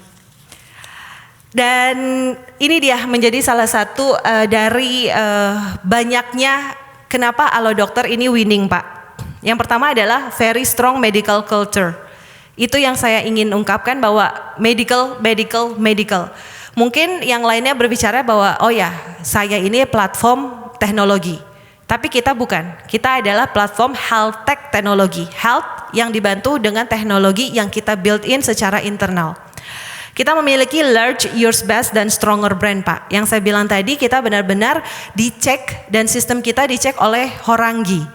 Yang dimana tidak akan ada kesalahan maupun akan ada rasa nyaman bagi pasien itu sendiri untuk memberikan medical record mereka ataupun juga terhadap regulasi yang ada. Dan kita memiliki strong network partner, salah satunya dengan Bank Mandiri dan juga Aksa Mandiri, market leader IT. Ini yang saya bilang tadi, tidak ada saat ini belum ada platform lain yang memiliki IT dan world class AI yang seperti Alo Dokter punya. Dan itu fully Indonesian people yang ngebuat dan digunakan untuk masyarakat Indonesia juga. Dan kita memiliki deep ecosystem. Berbicara mengenai COVID-19, next, apa sih yang dilakukan dan bisnisnya kayak apa? Kita ke-hit juga, Pak. Jadi mungkin banyak orang yang berpikir bahwa oh telemedicine di COVID ini pasti untungnya gede lah gitu. This is not like that. Karena apa? Karena produktivitasnya itu kan jadi nambah. Kita pun nambah chat itu sekitar 500% untuk orang yang menggunakan telemedicine. Which is berarti kita juga harus memberikan produktivitas terhadap dokter itu sendiri. Dan itu merupakan sesuatu yang mungkin orang awam tidak, oh ya telemedicine itu lagi rajanya nih di era COVID. Tapi tidak, semuanya berbanding selaras yaitu dengan pengeluaran dan juga pemasukan yang ada. Kita memiliki AI dan ini juga satu-satunya lagi saya ingin memberikan AI screening for coronavirus. Jadi kalau misalkan platform lain mungkin mereka bisa memberikan rapid gratis, memberikan ini, tapi kalau dari Alo Dokter saya ingin memberikan screening AI. Kenapa, Pak? Supaya mereka tidak ada ketakutan yang berlebihan. Untuk apa? Ujung-ujungnya adalah untuk biar mereka tahu bahwa telemedicine atau juga konsultasi itu bukan hanya pada saat COVID saja, tapi after COVID pun akan digunakan. Dan kita memiliki private doctor. Nah ini kita kerjasama dengan Kemenkes, jadi kita memberikan private doctor fully untuk masyarakat yang terkena dampak COVID-19. Mereka seperti punya dokter pribadi. Mereka bisa menggunakan dokter ini kapanpun 24 jam dalam 7 hari. Dan ini seterusnya hingga 1 bulan. Kenapa dalam 1 bulan? Karena biasanya kalau COVID itu kan kita 2 minggu ya Bu. Tapi setelah itu ada impact lagi secara psikologi itu, aku udah kena belum ya? Bagaimana keluargaku? Nah disitulah kita ingin memberikan dokter pribadi secara gratis untuk masyarakat Indonesia dapat mengakses dan bertanya langsung terhadap dokter selama 24 hours.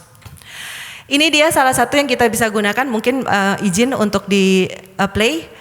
Ini bersama dengan medical board kita dan juga dari Kemenkes. Boleh di play? Ya. Oke. Oke, ya. Jadi di sini Pak kita bersama dengan dokter-dokter dan juga stakeholder BNPB dan juga dari Kemenkes langsung kita memberikan adanya yaitu hashtag kamu tidak sendiri. This is just really like quite big buat kita dan juga masyarakat Indonesia karena mereka bisa mengakses kita tanpa bayar dan mereka bisa mengakses kita tanpa perlu takut. Dan itu untuk apa? Yaitu untuk membuat mereka terbiasa dengan adanya telemedicine. Dan ini juga Halo Dokter support COVID-19 di Indonesia. Kita juga memiliki COVID-19 artikel yang luar biasa. Next. Kita sudah memiliki lebih dari ribuan dari artikel dan juga disinfectant info untuk COVID-19 related. Nah seperti ini Pak. Jadi orang tuh akan merasa bahwa oh ya, Halo Dokter itu nggak nakut-nakutin loh, tapi kita kasih informasi. COVID is really scary and itu benar ada. Tapi bagaimana caranya kita menghadapi itu? Itu yang kita tunjukkan kepada Halo Dokter dan juga masyarakat.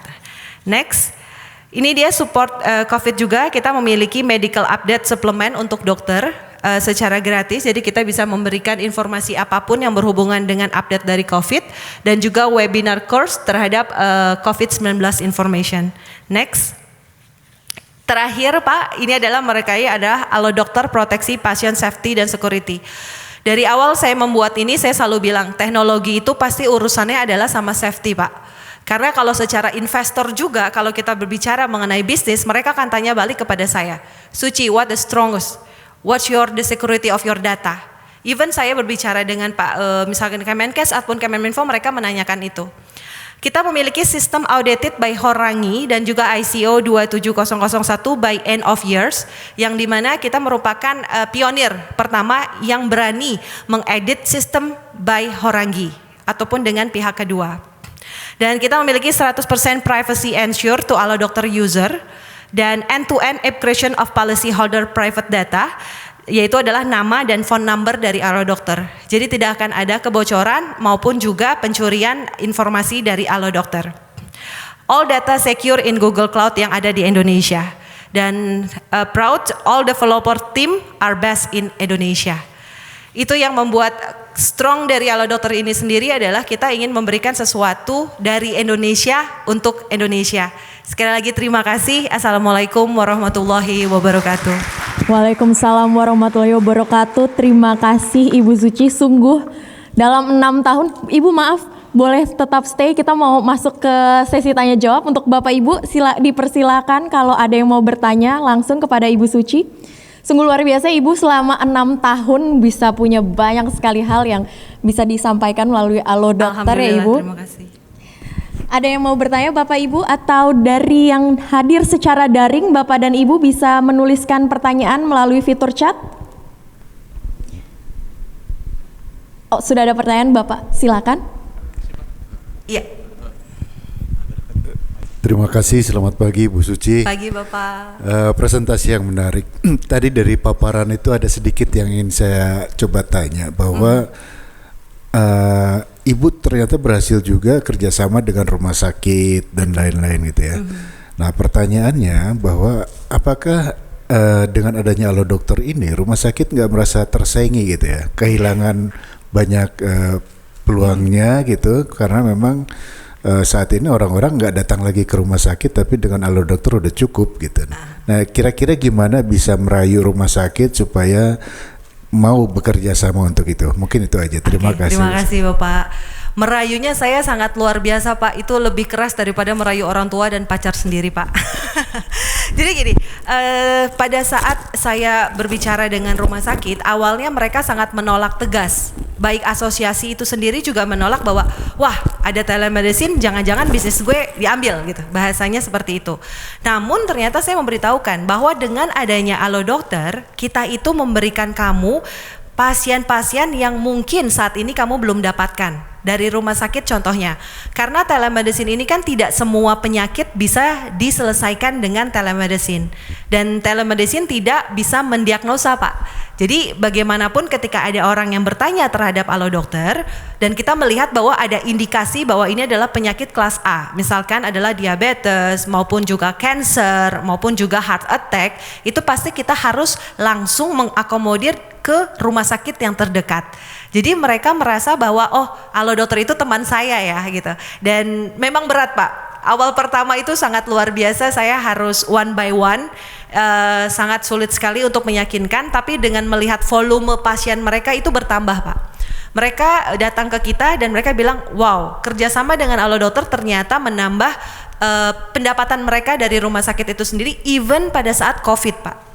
Karena kita memberitahukan ke mereka, telemedicine itu bukan membuat kamu tahu penyakit kamu apa, tapi kita kasih tahu ke mereka. Dan karena IT kita juga sangat kuat, kita juga integrasi IPI terhadap rumah sakit. Jadi rumah sakit tidak merasa bahwa bisnis saya diambil. Nah, itu peluang yang saya lihat dan inovasi yang saya buat. Pada saat ke rumah sakit, saya bilang mereka begini, Suci, kamu ambil jatah rumah sakit dong. Kan bisa berkurang orang ke rumah sakit. Saya bilang kalau kita integrasi IPI dengan IT yang kita buat di internal, bahkan rumah sakit bisa menambah jumlah pasien baru, saya bilang. Karena kita memiliki data yang cukup kuat sekali, Pak. Kita memiliki the large data di Indonesia. Dan karena ada semuanya di Indonesia, kita bisa meng-leverage ke rumah sakit tersebut. Dari cuma satu, Pak, itu dulu saya ingat sekali, yaitu adalah grup dari Siloam. Mereka sangat puas sekali bekerja dengan kita sampai akhirnya alhamdulillah kita sudah ada 1.500 rumah sakit dan juga klinik, Pak. Segitu. Terima kasih. Terima kasih Bu Suci atas jawabannya. Wah, masih banyak nih Bapak dan Ibu yang mau bertanya. Bapak silakan. Halo Bapak. Selamat pagi Bu Suci. Mohon maaf nih pertanyaan saya sebagaimana biasa agak nggak ofensif Bu ya, tapi saya tadi Ibu menyatakan 2 kali ini bukanlah untuk mendiagnosa, tetapi menurut saya itu basic pertanyaan. Kalau saya mau masuk kalau dokter, kalau saya nggak dapat diagnosa, saya cuma dapat knowledge, kan begitu Bu ya. Ini saya mungkin pemahaman saya awam sekali, tapi tadi 2 kali Ibu menyatakan nggak ada diagnosa, berarti ini betul-betul dalam feeling saya, saya hanya terjembatani saja, knowledge saya bertambah terhadap apa yang saya derita. Betul nggak begitu pertanyaan saya Bu ya? Itu yang pertama. Lalu yang kedua, kalau boleh saya tahu Bu, kira-kira komponen biaya dari Alo Dokter ini dari IT-nya berapa persen Bu ya dari operasional Ibu? Dan tadi Ibu bilang saya terus inovasi, ngamanin securing data segala macam, di otak saya wah ini pasti biaya nih. Ibu adalah perusahaan tadi health tech Bu ya, health technology. Jadi 2 itu aja Bu barangkali. Bagaimana tadi saya tangkapan dari Ibu sih memang menjembatani knowledge, orang menjadi nggak jadi takut, dan setelah tadi mesti didiagnosa diserahkan kepada dokter. Itu mungkin pemahaman saya terlalu cepat barangkali Bu. Barangkali itu yang saya mau tanya. Terima kasih Bu. Terima kasih atas pertanyaannya. Jadi diagnosa itu Pak, itu ada 2 pengertian yang berbeda. Diagnosa pasti adalah dokter menyatakan bahwa Bapak memiliki penyakit A, Bapak memiliki penyakit B, yang tidak boleh dilakukan tanpa adanya pemeriksaan fisik. Itu tidak boleh. Nah, diagnosa yang ada di Alo Dokter itu kita nyebutnya adalah preventif. Jadi komunikasi preventif yang dimana ketika orang pada bertanya Pak telemedicine, Ci, kalau misalkan aku ke sana gue nggak dapat diagnosa, mendingan gue langsung ke dokter, katanya. Nah, itu pertanyaannya. Biasanya saya akan kembalikan lagi ke mereka seperti ini.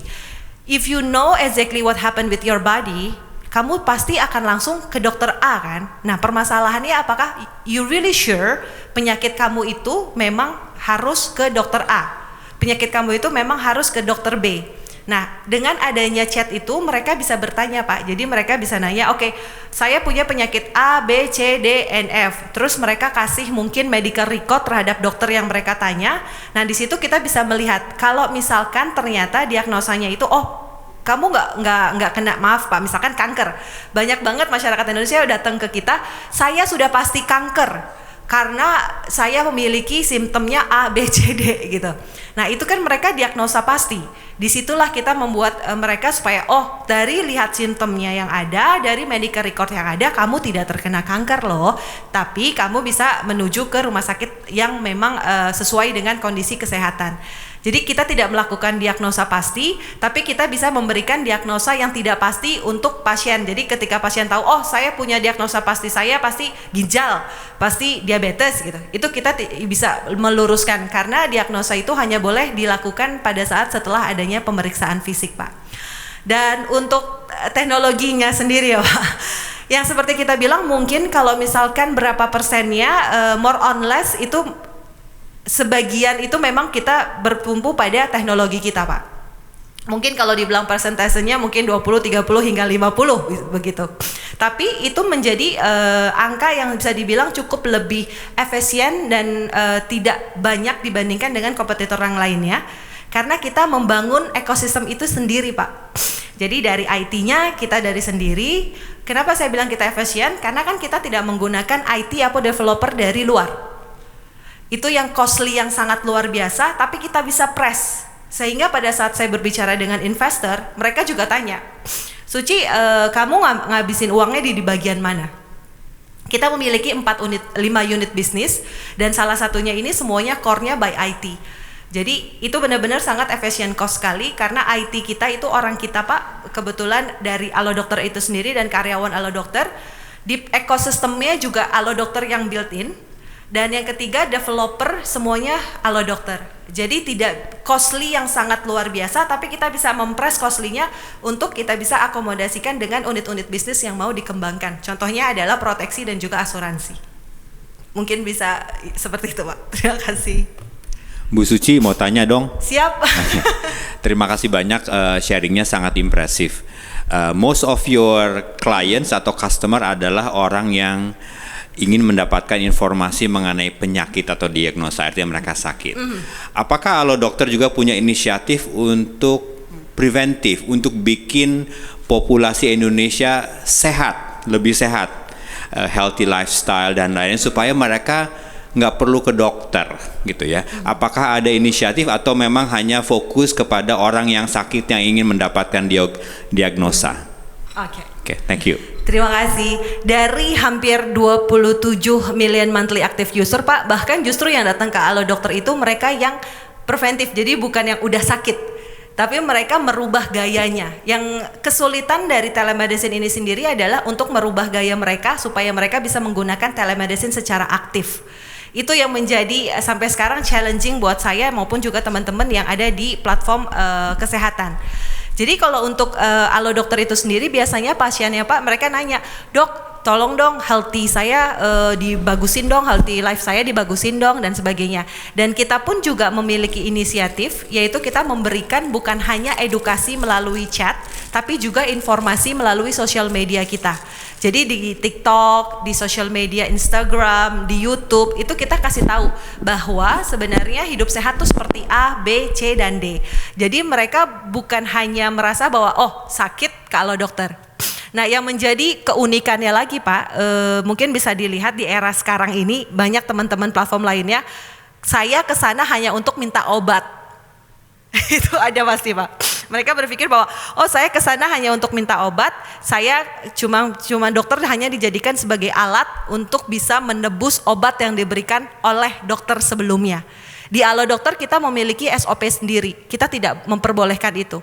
Jadi ketika orang datang bertanya dan mereka bilang, contohnya adalah misalkan penyakit diabetes yang memiliki obat yang harus dikonsumsi setiap hari, itu kita harus double check. Jadi receive-nya itu kita double check ke pihak rumah sakit dan dokter itu tersebut, apakah memang pasien ini harus mengkonsumsi obat-obatan secara regularly.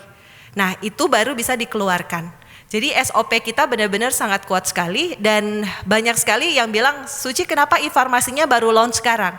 Sedangkan kompetitif yang lain itu sudah dari COVID mulai Pak, itu udah jor-joran tuh mereka e-farmasinya, karena kan merupakan salah satu unit yang menghasilkan. Namun di Alo Dokter saya keep Pak, walaupun banyak pushing dari investor maupun dari yang lain, Suci you must take it this is the right time for your business. Tapi saya bilang, kalau saya ambil ini, itu hanya untuk bisnis sama COVID. COVID itu let's say berapa tahun gitu kan. Tapi kalau misalkan kita merubah pandangan mereka dari segi bisnis, ini akan lebih menguntungkan.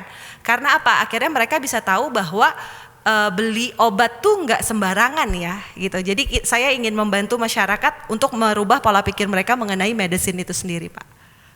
Terima kasih. Oh masih banyak. Saya sampaikan satu pertanyaan dulu yang hadir secara daring dari Direksi dan Komisaris Direksi dan Komisaris Mandiri InHealth, salah satu perusahaan anak juga yang di bidang asuransi. Ada pertanyaan seperti ini Ibu Suci, sejauh mana efektivitas telemedicine yang dipunyai oleh Alo Dokter sehingga pasien tidak perlu melanjutkan pelayanan ke tingkat berikutnya Ibu. Jadi kan tadi katanya bisa setelah telemedicine, setelah chat bisa habis itu dikonsultasikan ke rumah sakit ataupun dokter terdekat. Tapi efektivitasnya seperti apa supaya kalau pasien nggak perlu lanjut ke pelayanan tingkat selanjutnya? Terima kasih ya, Ibu silakan.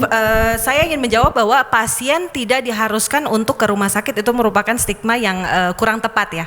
Tapi kita sesuai dengan kondisi dari pasien itu masing-masing. Jadi ketika misalkan efektifnya berapa, itu bisa dibilang 99% rate kepuasan yang ada pada pasien yang bertanya di Halo Dokter. Karena mereka merasa tahu gitu. Jadi kelebihan dan kelemahan dari telemedicine itu sendiri adalah, kelebihannya kita bisa tanya apapun Pak. Apapun, penyakit apapun dan kapanpun. Kelemahannya adalah kita tidak bisa mendiagnosa.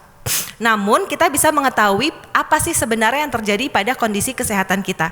Efektivitasnya itu adalah bisa dibilang hampir 100% untuk pertanyaan preventif, bukan pertanyaan diagnosis. Mungkin seperti itu. Kasih Bu Suci. Mas, dari tadi masih ada yang mau bertanya lagi. 2 pertanyaan terakhir ya Bapak dan Ibu, silakan. Saya mau tanya sedikit. Mungkin ini karena kita banyak yang background bankir. Kita concern masalah dengan ini bisnis entity kan, bisnis entity. Bagaimana kalau kami melihat juga banyak sekali perusahaan atau aplikasi sejenis. Betul. Yang mereka juga tumbuh berkembang, mereka juga bersaing mencari investor. Secara bisnis bagaimana sih sebenarnya Halo Dokter itu di-compare dengan pesaing-pesaing? Apakah memang pernah mengalami kesulitan keuangan, kemudian bangkit? Apakah ada pesaing yang demikian kuat dari segi bisnis? Karena ini juga untuk menjaga kelangsungan hidup dari Halo Dokter. Siap Pak. Terima kasih pertanyaannya. Di Halo Dokter ini kita memiliki 4 unit bisnis dan sekarang ini bertambah menjadi 5 unit bisnis. Di antaranya adalah yang pertama itu adalah informasi Pak. Nah informasi ini bisnisnya apa? Yaitu advertising. Dan advertising ini sendiri Halo Dokter menjadi perbedaan yang sangat signifikan sekali dengan kompetitor yang lainnya. Karena siapapun yang ingin beradvertising di Halo Dokter, mereka harus mengikuti SOP yang ada. Yang which is kita tidak boleh menyebutkan nama brand, kita tidak boleh bilang bahwa brand itu bagus, kita tidak boleh memberikan stigma ke masyarakat bahwa brand itu sangat bisa menghasilkan sesuatu yang baik, tidak menurut medical best. Yang kedua, unit yang kedua adalah kita memiliki booking Pak. Jadi booking partnership itu dengan rumah sakit dan juga dengan klinik. Nah ini kita memiliki percentage berbeda-beda dari tiap rumah sakit. Jadi ketika kita mendeliver pasien, rumah sakit memberikan fee partnership terhadap Halo Dokter. Dan yang ketiga itu adalah proteksi. Nah proteksi ini yang tadi bekerja sama dengan Aksa Mandiri, ini sangat luar biasa sekali kita kembangkan dan menjadi unit bisnis yang memang kita fokuskan. Karena kita mendapatkan yaitu dari pasien membeli produk yang kita hasilkan bekerja sama dengan Aksa Mandiri. Dan dari segi investor, pertama kali mereka melihat ke kita adalah ini Pak, yaitu ekosistemnya dan yang kedua kestabilan dari bisnis.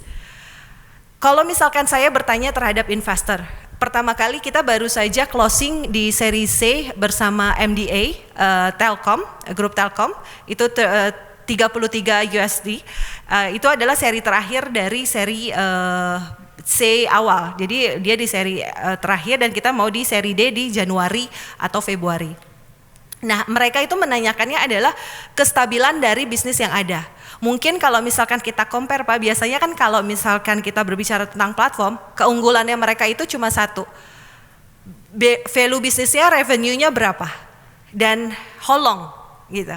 Nah mungkin kompetitor yang lain ya mereka bisa kuat dia itu tadi di e-farmasi biasanya Pak. Mereka akan bilang, oh e-farmasi kita ini basketnya luar biasa, sangat banyak sekali. Tapi di dalamnya investor juga akan melihat berapa yang didapatkan, value bisnisnya berapa, revenue-nya juga berapa gitu.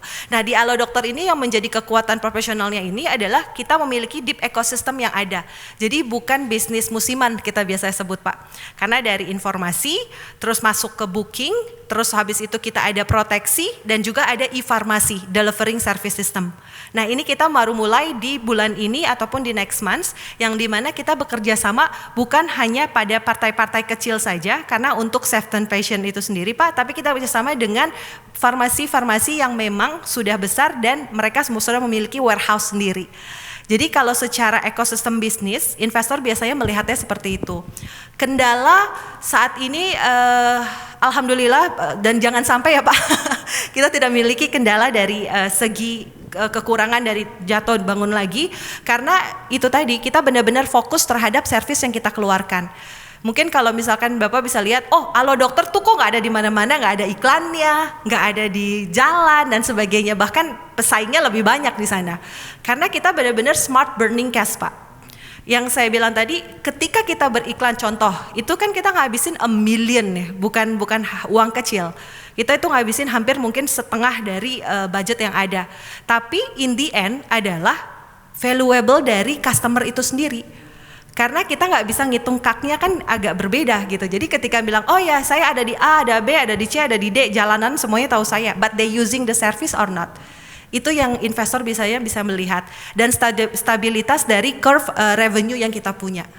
Mungkin seperti itu, Pak. Terima kasih. Baik, satu pertanyaan terakhir. Silakan Ibu. Sorry, Mbak Suci. Ya. Mungkin kalau tadi nanya tentang Halo Dokter, aku mau nanya lebih ke personalnya Mbak Suci gitu ya. Dengan stakeholder yang banyak gitu kan, tadi e-farmasi gitu kan harus berhubungan juga dengan apotik, kemudian juga berhubungan juga dengan perusahaan asuransi seperti AXA misalnya gitu, kemudian juga berhubungan dengan rumah sakit dan dokter gitu. Considering you are very young gitu, leadership style yang seperti apa dan communication skill yang seperti apa yang dibangun sehingga bisa mendapatkan stakeholder stakeholder trust gitu, dan juga bisa menyukseskan sampai dengan implementasinya. Mungkin itu, terima kasih. Terima kasih. Mungkin pada saat pertama kali saya buat Halo Dokter, Pak, kemunculan tersendiri ketakutannya adalah saya masih muda, saya bisa nggak ya gitu. Apalagi saya bekerja sama dengan dokter dan saya bukan dokter gitu. Itu pertama kali ketakutan pada saya ingin membuat Halo Dokter. Tapi di situ saya bisa melihat bahwa ternyata dokter maupun orang yang usianya di atas kita tuh mereka lebih welcome kok, asal kita tahu visi dan misi kita jelas seperti apa. Kalau dibilang leadership saya adalah komunikasi.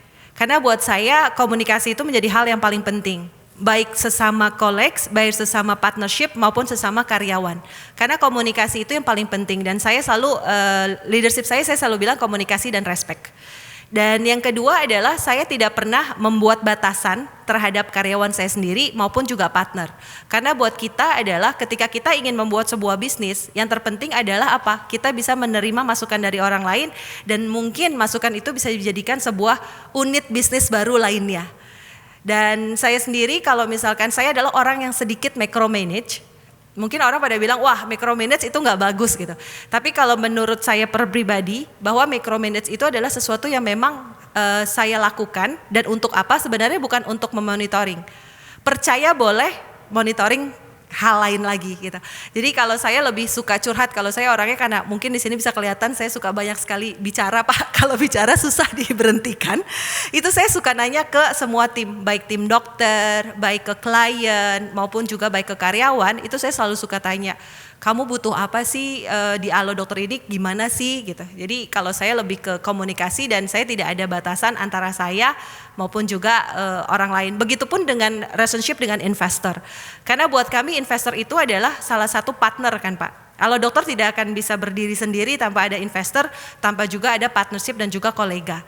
Nah itu biasanya komunikasi saya lakukan adalah komunikasi family, yang dimana bukan hanya kita giving their information yang pasti dan benar, tapi kita juga membuat mereka nyaman dengan bisnis dan juga dengan Halo Dokter itu sendiri. Mungkin seperti itu. Terima kasih. Baik, terima kasih Bapak dan Ibu atas partisipasinya dalam sesi Q&A ini. Kita berikan tepuk tangan sekali lagi untuk Ibu Suci Arumsari. Sembari mohon maaf Ibu untuk stay di atas panggung, kita mau mengundang dengan hormat Bapak Darmawan Junaidi didampingi oleh Bapak Alvin Patisahusiwa dan Bapak Edi dan Saputro untuk menyerahkan cenderamata kepada Ibu Suci Arumsari.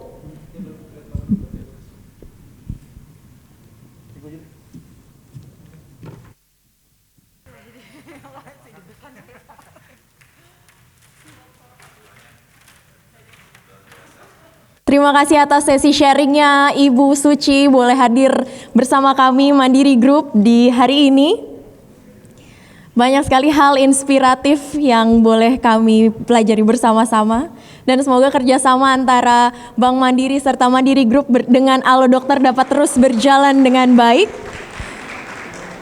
Mohon untuk Ibu dan Bapak dapat maju sedikit ke depan dan berfoto bersama.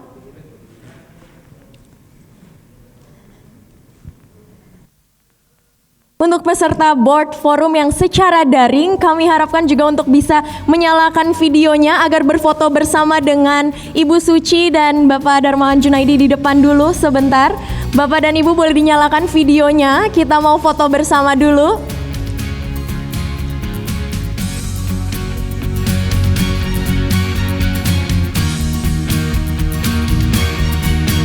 Oke.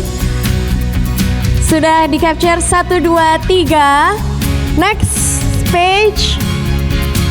Oh, masih banyak yang belum nyala. Bapak dan Ibu, oke kita foto sekarang. 1, 2, 3. Masih kami tunggu untuk yang belum menyalakan video. Masih ada page selanjutnya. Page yang terakhir. 1, 2, 3. Terima kasih banyak Bapak dan Ibu, disilakan kembali ke tempat duduk masing-masing.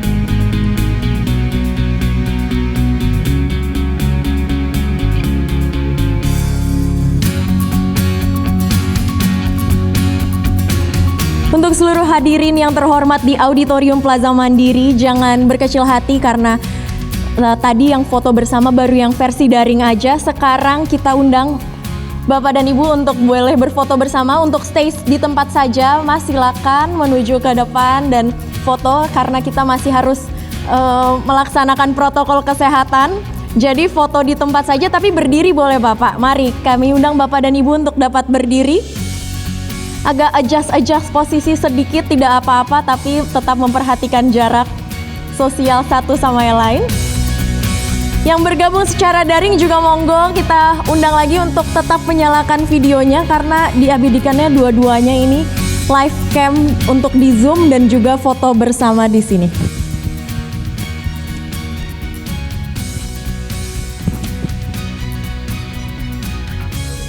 Baik, terima kasih Bapak dan Ibu hadirin. Kita tiba di ujung acara sharing session Board Forum Mandiri Group kuartal 3 tahun 2020. Acara akan dilanjutkan dengan one-on-one session Board Forum Mandiri Group kuartal 3 tahun 2020 dengan urutan sebagai berikut. Mandiri Utama Finance, dilanjutkan Mandiri Turas Finance, dilanjutkan dengan Bank Syariah Mandiri, lalu ada lunch break, dan dilanjutkan dengan Mandiri Capital Indonesia, dan yang terakhir Mandiri Manajemen Investasi. Demikian akhir dari acara sharing session Board Forum Mandiri Group kuartal 3 tahun 2020 Beyond Boundaries Mandirian Strategy and Innovation. Akhir kata saya Randra dari Mandiri Manajemen Investasi mohon undur diri dan mohon maaf apabila selama memandu acara ini terdapat salah kata dan perbuatan. Sampai jumpa di lain kesempatan. Stay safe and stay healthy. Wassalamualaikum warahmatullahi wabarakatuh. Shalom, salam sejahtera, Om Swastiastu, Namo Buddhaya.